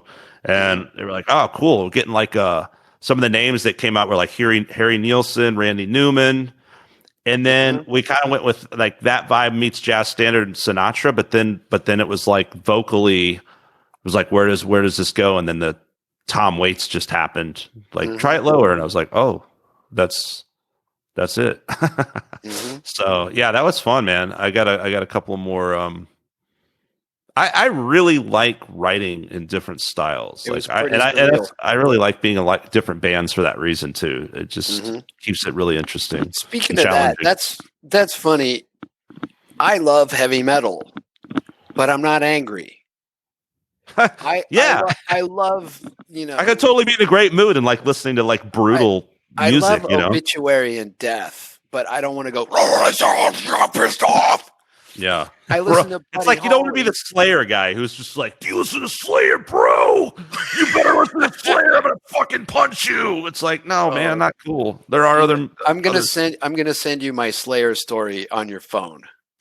Okay. I'm not gonna tell the story here. It's about 5 minutes, but anyway, I will send it to you. The Slayer. It happened. It happened just like that. I was in fear of my life. But anyway, I'm at a point now where I'm gonna go with no restrictions. The songs I'm writing now, the songs that I wrote in Liquid Pig, the songs that I wrote in The Incredible Din and Men Not Gods, they're all power trio rock vein. Mm-hmm. But I've also written a couple of country songs. I've written some rhythm and blues songs. I've written a doo-wop song. I think I read something from, it was Mike Patton, who's obviously like crazy eclectic, totally right? Eclectic. And what he said, he was talking about, like, he'd have these ideas, and I think he would force himself to write. Back in the answer machine days, these guys would call their answering machine and sing an idea on their answering machine. I don't know if it was him that said that, but I think that's what was kind of. Now we do voicemails on our phones and quick grab. We used to have the tape. You have a tape recorder. The famous Keith Richards story where he like woke up in the middle of the night and like had the riff to Satisfaction in his head. Hit the recorder, played it, fell back asleep, and it was like 45 minutes of him snoring. You know what I mean? Like, so I didn't hear that. I think that Keith Richards told that story. That's awesome. And but I mean, one way or another, like grabbing the spark of an idea is the most essential thing you can do. You got to grab that idea and get it. It's the moment. And then I think it's like, and so if something happens, roll with it. Let it be what it is. Don't worry about it. Don't try to compartmentalize. And what Patton had said or something in some interview was just like, and I'll have all these things. It's like, okay, this fits in that box, and this is more for that box, or whatever different. It's like you don't have to have a home. I'm not into boxes anymore. Well, no, but I'm saying like you can write something and then decide where it goes later is what I mean. Yeah, exactly. Like you don't have to like worry about like I have to write this song for my trio, you know what I mean? Like I never approached good rogering like that, and I'm glad I didn't, because now down the line, some of the songs that we didn't play before as a trio, or maybe we're a little streamed down, now that I've been able to play them a few times with like a 5-piece band, it's badass, and I'm glad that those parts existed, Mm-hmm. And I got to ask you a question. Do you have any riffs that you wrote when you were like 18? Oh man, still don't have a home, but you love them. I have a box of tapes in my attic. Mm-hmm. It's honestly, there are not a lot that I probably remember. There's a couple, and there are some that is interesting, because that I am like, you know what? There really are a few that I'm like, we're talking, how many damn 20-something years, and I'm going like, man, yeah, I've still got. I still want to do something with this. Yep. Yeah, it's all about waiting for the right moment. I wrote a song once. The right moment is starting to become now more than ever. That's one benefit of the technological age, is we all have the ability to record ourselves and produce ourselves and make it sound pretty damn good. It's not just like, here's my demo. It's like, hey, this is cool. I can put it out. May not sound like Michael Jackson production, but it's pretty fucking cool.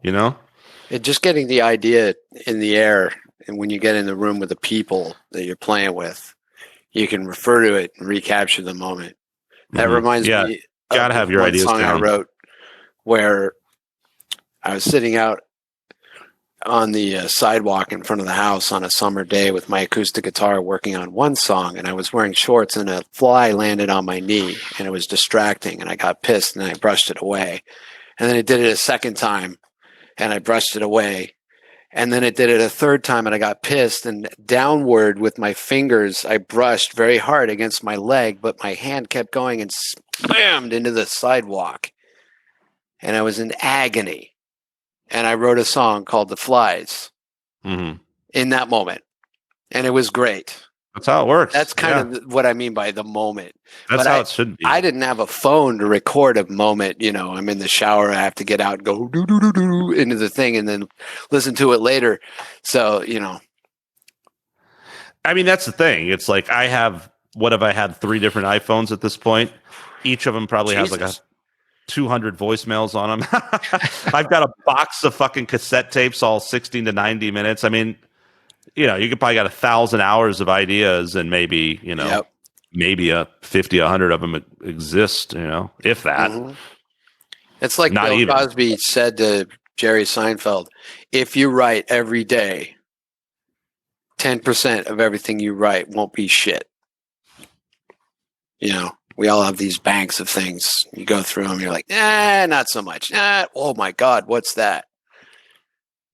I think that tends to seem it. I mean, it makes sense. I think when you get, whether you're talking about a musician like Mike Patton or Any creative endeavor, or a comedic genius like Chappelle or something, I'm sure they all prolifically write a lot.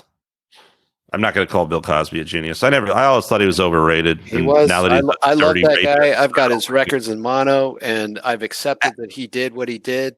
I could separate. I never thought he was the man that from funny. His work. Maybe it was an upbringing. I don't know. Thing, It just wasn't my taste, I guess. I mean, I like the Cosby Show. The Cosby Show was great. His stand up never really did it for me. I think it was too. I like the darker guys. I guess I like the cynics.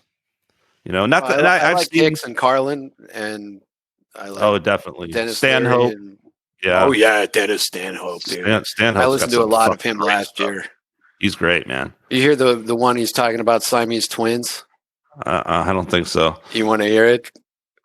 Was this Stanhope, or I just saw Stanhope. There was another dude that had a Siamese twin bit that was brutal. I was like, God, I'll try and hard. do Stanhope, and I'll cut to the chase. Was that Tom Segura guy? Anyway, go ahead. Do Stanhope. So he's talking about being bored, and so look at all these waitresses. They're so fucking gorgeous. But I'll tell you what, if you had a Siamese twin, I'd be more interested in talking to her. And it reminds me of this, like, what if there were these Siamese twins and they're girls and they're the kind that you got a big normal head and then on top you got this fucked up head on top going, So can you imagine getting a blowjob from her, this woman, and you got the normal head going down on you and the fucked up head looking up at you going, do you like my sister? That's horrible, man. God. Yeah, we'll edit that part out. Anyway, Stanhope. It's Stanhope's joke, not yours. So I know. Fucking I denounce liking Doug Stanhope, that animal, that monster. I know, he's so terrible. There was a Doug Stanhope bit, dude. There was I don't know if they did. It was through Sacred Cow, which I feel like is somehow connected to Bill Hicks and him. He used to have a band with like his brother or some other guy. Anyway, there's all these old things you would see on PBS, like Austin, way back at like Velveeta Room or Cap City, probably, of Joe Rogan and Doug Stanhope, like stand up in the 90s. If you've never seen those, Vic, you got that shit's badass, man. I remember really good. They hosted the band show. Razor sharp, dude. No, but man, I'm talking like but that's probably how they met, was doing stand up. Yeah. This is probably pre-Man Show. I mean, this was a long time ago. And that's the first time I ever saw, because before that I thought Joe Rogan, Pretty Boy on whatever. I didn't know he's a martial artist. I didn't know that. And news radio. And then you're like, oh, Fear Factor, who's this douche? And then I saw his stand up and I was like, holy shit, this guy is actually like really good and like really witty and intelligent. Yeah. I didn't know he was a stand up comedian. I thought he was just like an actor, news radio guy. And then somebody said, oh, have you heard his stand up? I'm like, what? He does stand up? Yeah. And that's how I saw him and Doug Stanhope and I was like, holy shit. What, live? No, just on these old reruns of these, like, I want to say it was probably like, late 90s, early 2000s, somewhere in there, Austin performances. And but oh man, I won't go into it. I'll have to send you guys a link of this. I'm into this Stanhope stuff that's just so goddamn funny. Just talking about jerking off is just that guy makes me squirm, but he's hilarious. Yeah, no, he's good. I mean, we could talk about comedians all day long, of course. You know who's brutal as fuck, but I really like is Anthony Jeselnik. Seen that guy? Whoa, no. Mm-hmm. Oh, dude, his shit is the most brutal of anybody I think I've ever seen. It's just totally dry, and like you always think he's taking a joke one place, and then he goes somewhere else, usually like 1,000 times darker. Isn't that the best, though? Dude, and it's just paradigm shift. It's like fucking ruthless. He says like everything you're never ever supposed to say. Like every punchline is just like, oh my God. But it's really, really funny, man. Yeah, it's really good. I like doing mental exercises where you basically in your head, you grab a bunch of ingredients and take the most unlikely things and put them together. Yeah. I can't do that comedically, though. That's why I depend on people like Stanhope and this fella you just recommended, Anthony Jeselnik, Yeah. who I will listen to now that I know about him. Yeah, Louis C.K. Vic, I love that guy, too. Louis C.K. is amazing. I actually saw some clips of him recently. Yeah, I sent one over to Did you. you send me that? Yeah. Talking about, he's like, well, I guess, Talking about the situation, right? Yeah, I guess we should talk about it or whatever. And just the whole... It was great. It was great. It's really good. I mean, he's one of the best, man. Huh. Well, you guys, it has been fucking fantastic talking to you guys. Same here. Thanks for having me. Absolutely, man. Still want to jam with you, Skunk. Yeah, well, we're in a file sharing world, man. So maybe one of those riffs will pop out someday, and we'll. So we'll just we'll connect, share some Stanhope links, some whatever the hell we talked about throughout the course of this. Thanks for stopping it, or we just roll on. A lot of these podcasts have been hitting like 3-4 hours, man. So I actually got. Skunk will just keep talking and talking. So I'm thinking, I better. No, dude. This is perfect. This is perfect. Yeah. All right, brother. Yeah, it was great talking to you, man. Yeah. Yep. Appreciate you doing it. You guys are great. I'm really glad I got to talk to you guys. Marc Laspina, everybody. This has been Eclectic Soundtrax with myself, Skunk Manhattan, and Victor Ramos. Until next time, take care of yourselves. Later. Cheers. My big Slayer story. So, when I was 14 years old in 1988, a new Slayer album came out, and I had only very recently even heard of Slayer. I heard them for the first time when I was 12. My brother-in-law, who was 19 at the time, showed me an album called Hell Awaits. I was an altar boy, I was Catholic, and I was exceedingly frightened by the album cover and the whole notion of everything involved with that band. But when I heard the drums on Hell Awaits itself, I was immediately just transfixed and into it. And so I'd heard that album, and then I heard some of an album called Rain in Blood, so I figured, okay, that's going to be awesome. And fast forward to a couple years later, as a freshman in high school, I'm riding down the street on my bike after school one day with intent to go buy the specifically new Slayer album. Because I figured I'd heard Rain in Blood already. I'll get that later. I want to hear the new one because I'm excited. And I rode past and I turned on to First Street in Livermore, California. There's a comic book store called Fantasy Books and Games. The floor plan is A4. And right next to that, on the same side of the street, was an arcade that was great because they had all the new video games. And back then, video games were fucking cool in an arcade. And I saw this dude with long red hair. He was muscular in shorts, sitting out front of the arcade, and he had a Slayer shirt on. And I said, "Hey, dude, I'm going to go get the new Slayer." And he stood up as I'm passing by on my bike and looking back at him enthusiastically. He raises a fist in the air. He goes, "Fuck yeah, man!" Just like that. I was like, whew, that guy's a fan. And I get that kind of enthusiasm. I'm still that way. I've always been that way. And I'm not a fucking meathead, okay? I read books. I'm articulate. I can think. I'm not ashamed of it. So I'm like, that guy's cool. And I go down and I go into the record store and I buy South of Heaven. And I ride back the same way. I don't see the guy. But since I was, an awkward freshman still looking for my identity, I was hoping to see him to be like, "See, man, I got the new Slayer. Can I be part of your club?" And I went home and I put on the record, and you know how South of Heaven starts.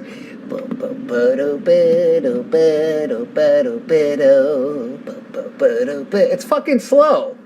I'm hoping for Hell Awaits right there. And I didn't get it, and I, skipped the needle ahead a little bit, and an unforeseen future, no warnings, no signs, and it was slow, so I'm like, shit, so I skipped just still in the same song a little bit, and I found out the whole song was slow, and immediately my mood is just like, fuck, I should have gotten Rain in Blood, I'm disappointed, fuck. Skip to the next song, as you well know, that is Silent Scream. It's a fast song, I liked it. I was like, okay, that's okay, but it wasn't enough to improve my mood. Skip to the next song. Okay, that's cool, but it's still not super fast. Then I got to this, I think, I don't know. Ghosts of War is rad. There's a lot of cool stuff on that album. I adore it now, but I didn't. So I was just turned it off, put it back in the package, got on my bike because I knew that they'd take it back, rewrap it, and sell me another one. So I went the same way. I didn't see that guy. I'm not even thinking about him now. Go and get Rain and Blood. I'm riding back. I see the guy again sitting there. And I say this, my intent is to say, the new Slayer album sucks, I got Rain and Blood instead. All he heard was, the new Slayer album sucks. He stood up and he said, I'll fucking kill you! And he started chasing me, and I'm riding full speed now in a panic because this fucking red-haired, long-haired maniac is chasing me at top speed down the street in Livermore. And that's my Slayer story. I got away.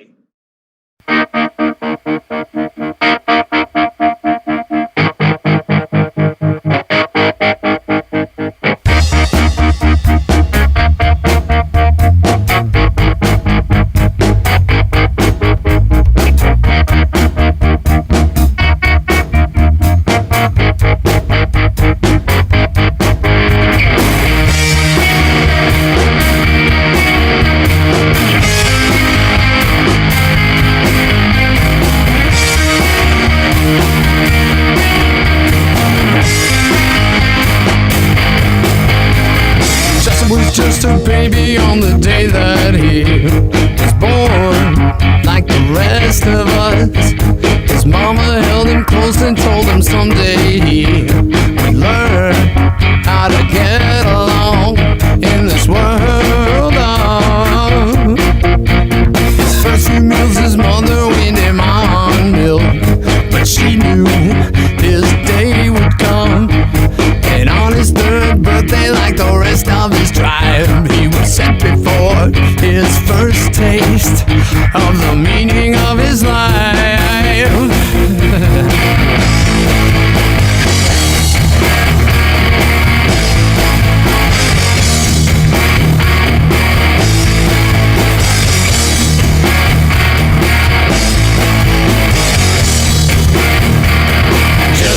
The cannibal grew up big and strong. At 3 years old he ate his uncle, 16 ate his mom. Jessup grew up in a suburb of New York, feasting on family and friends. His first girlfriend didn't know, and she said, come on, eat me, babe. So he did. After licking his lips, he got kinda depressed. I'll never get to see my babe again when she gets undressed. Oh, babe, I miss you now. I wanna hate you, but I don't think that's what you mean.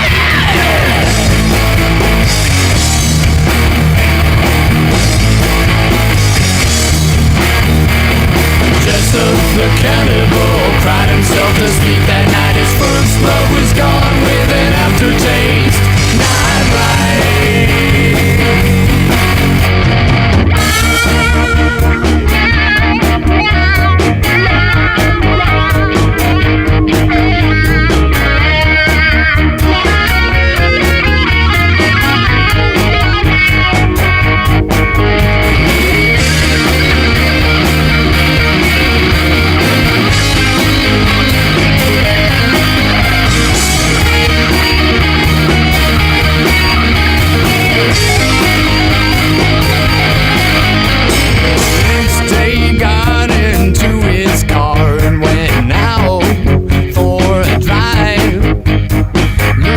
Forbidden things they warned him of, the elders of his tribe, and went to a movie about the Donner Party.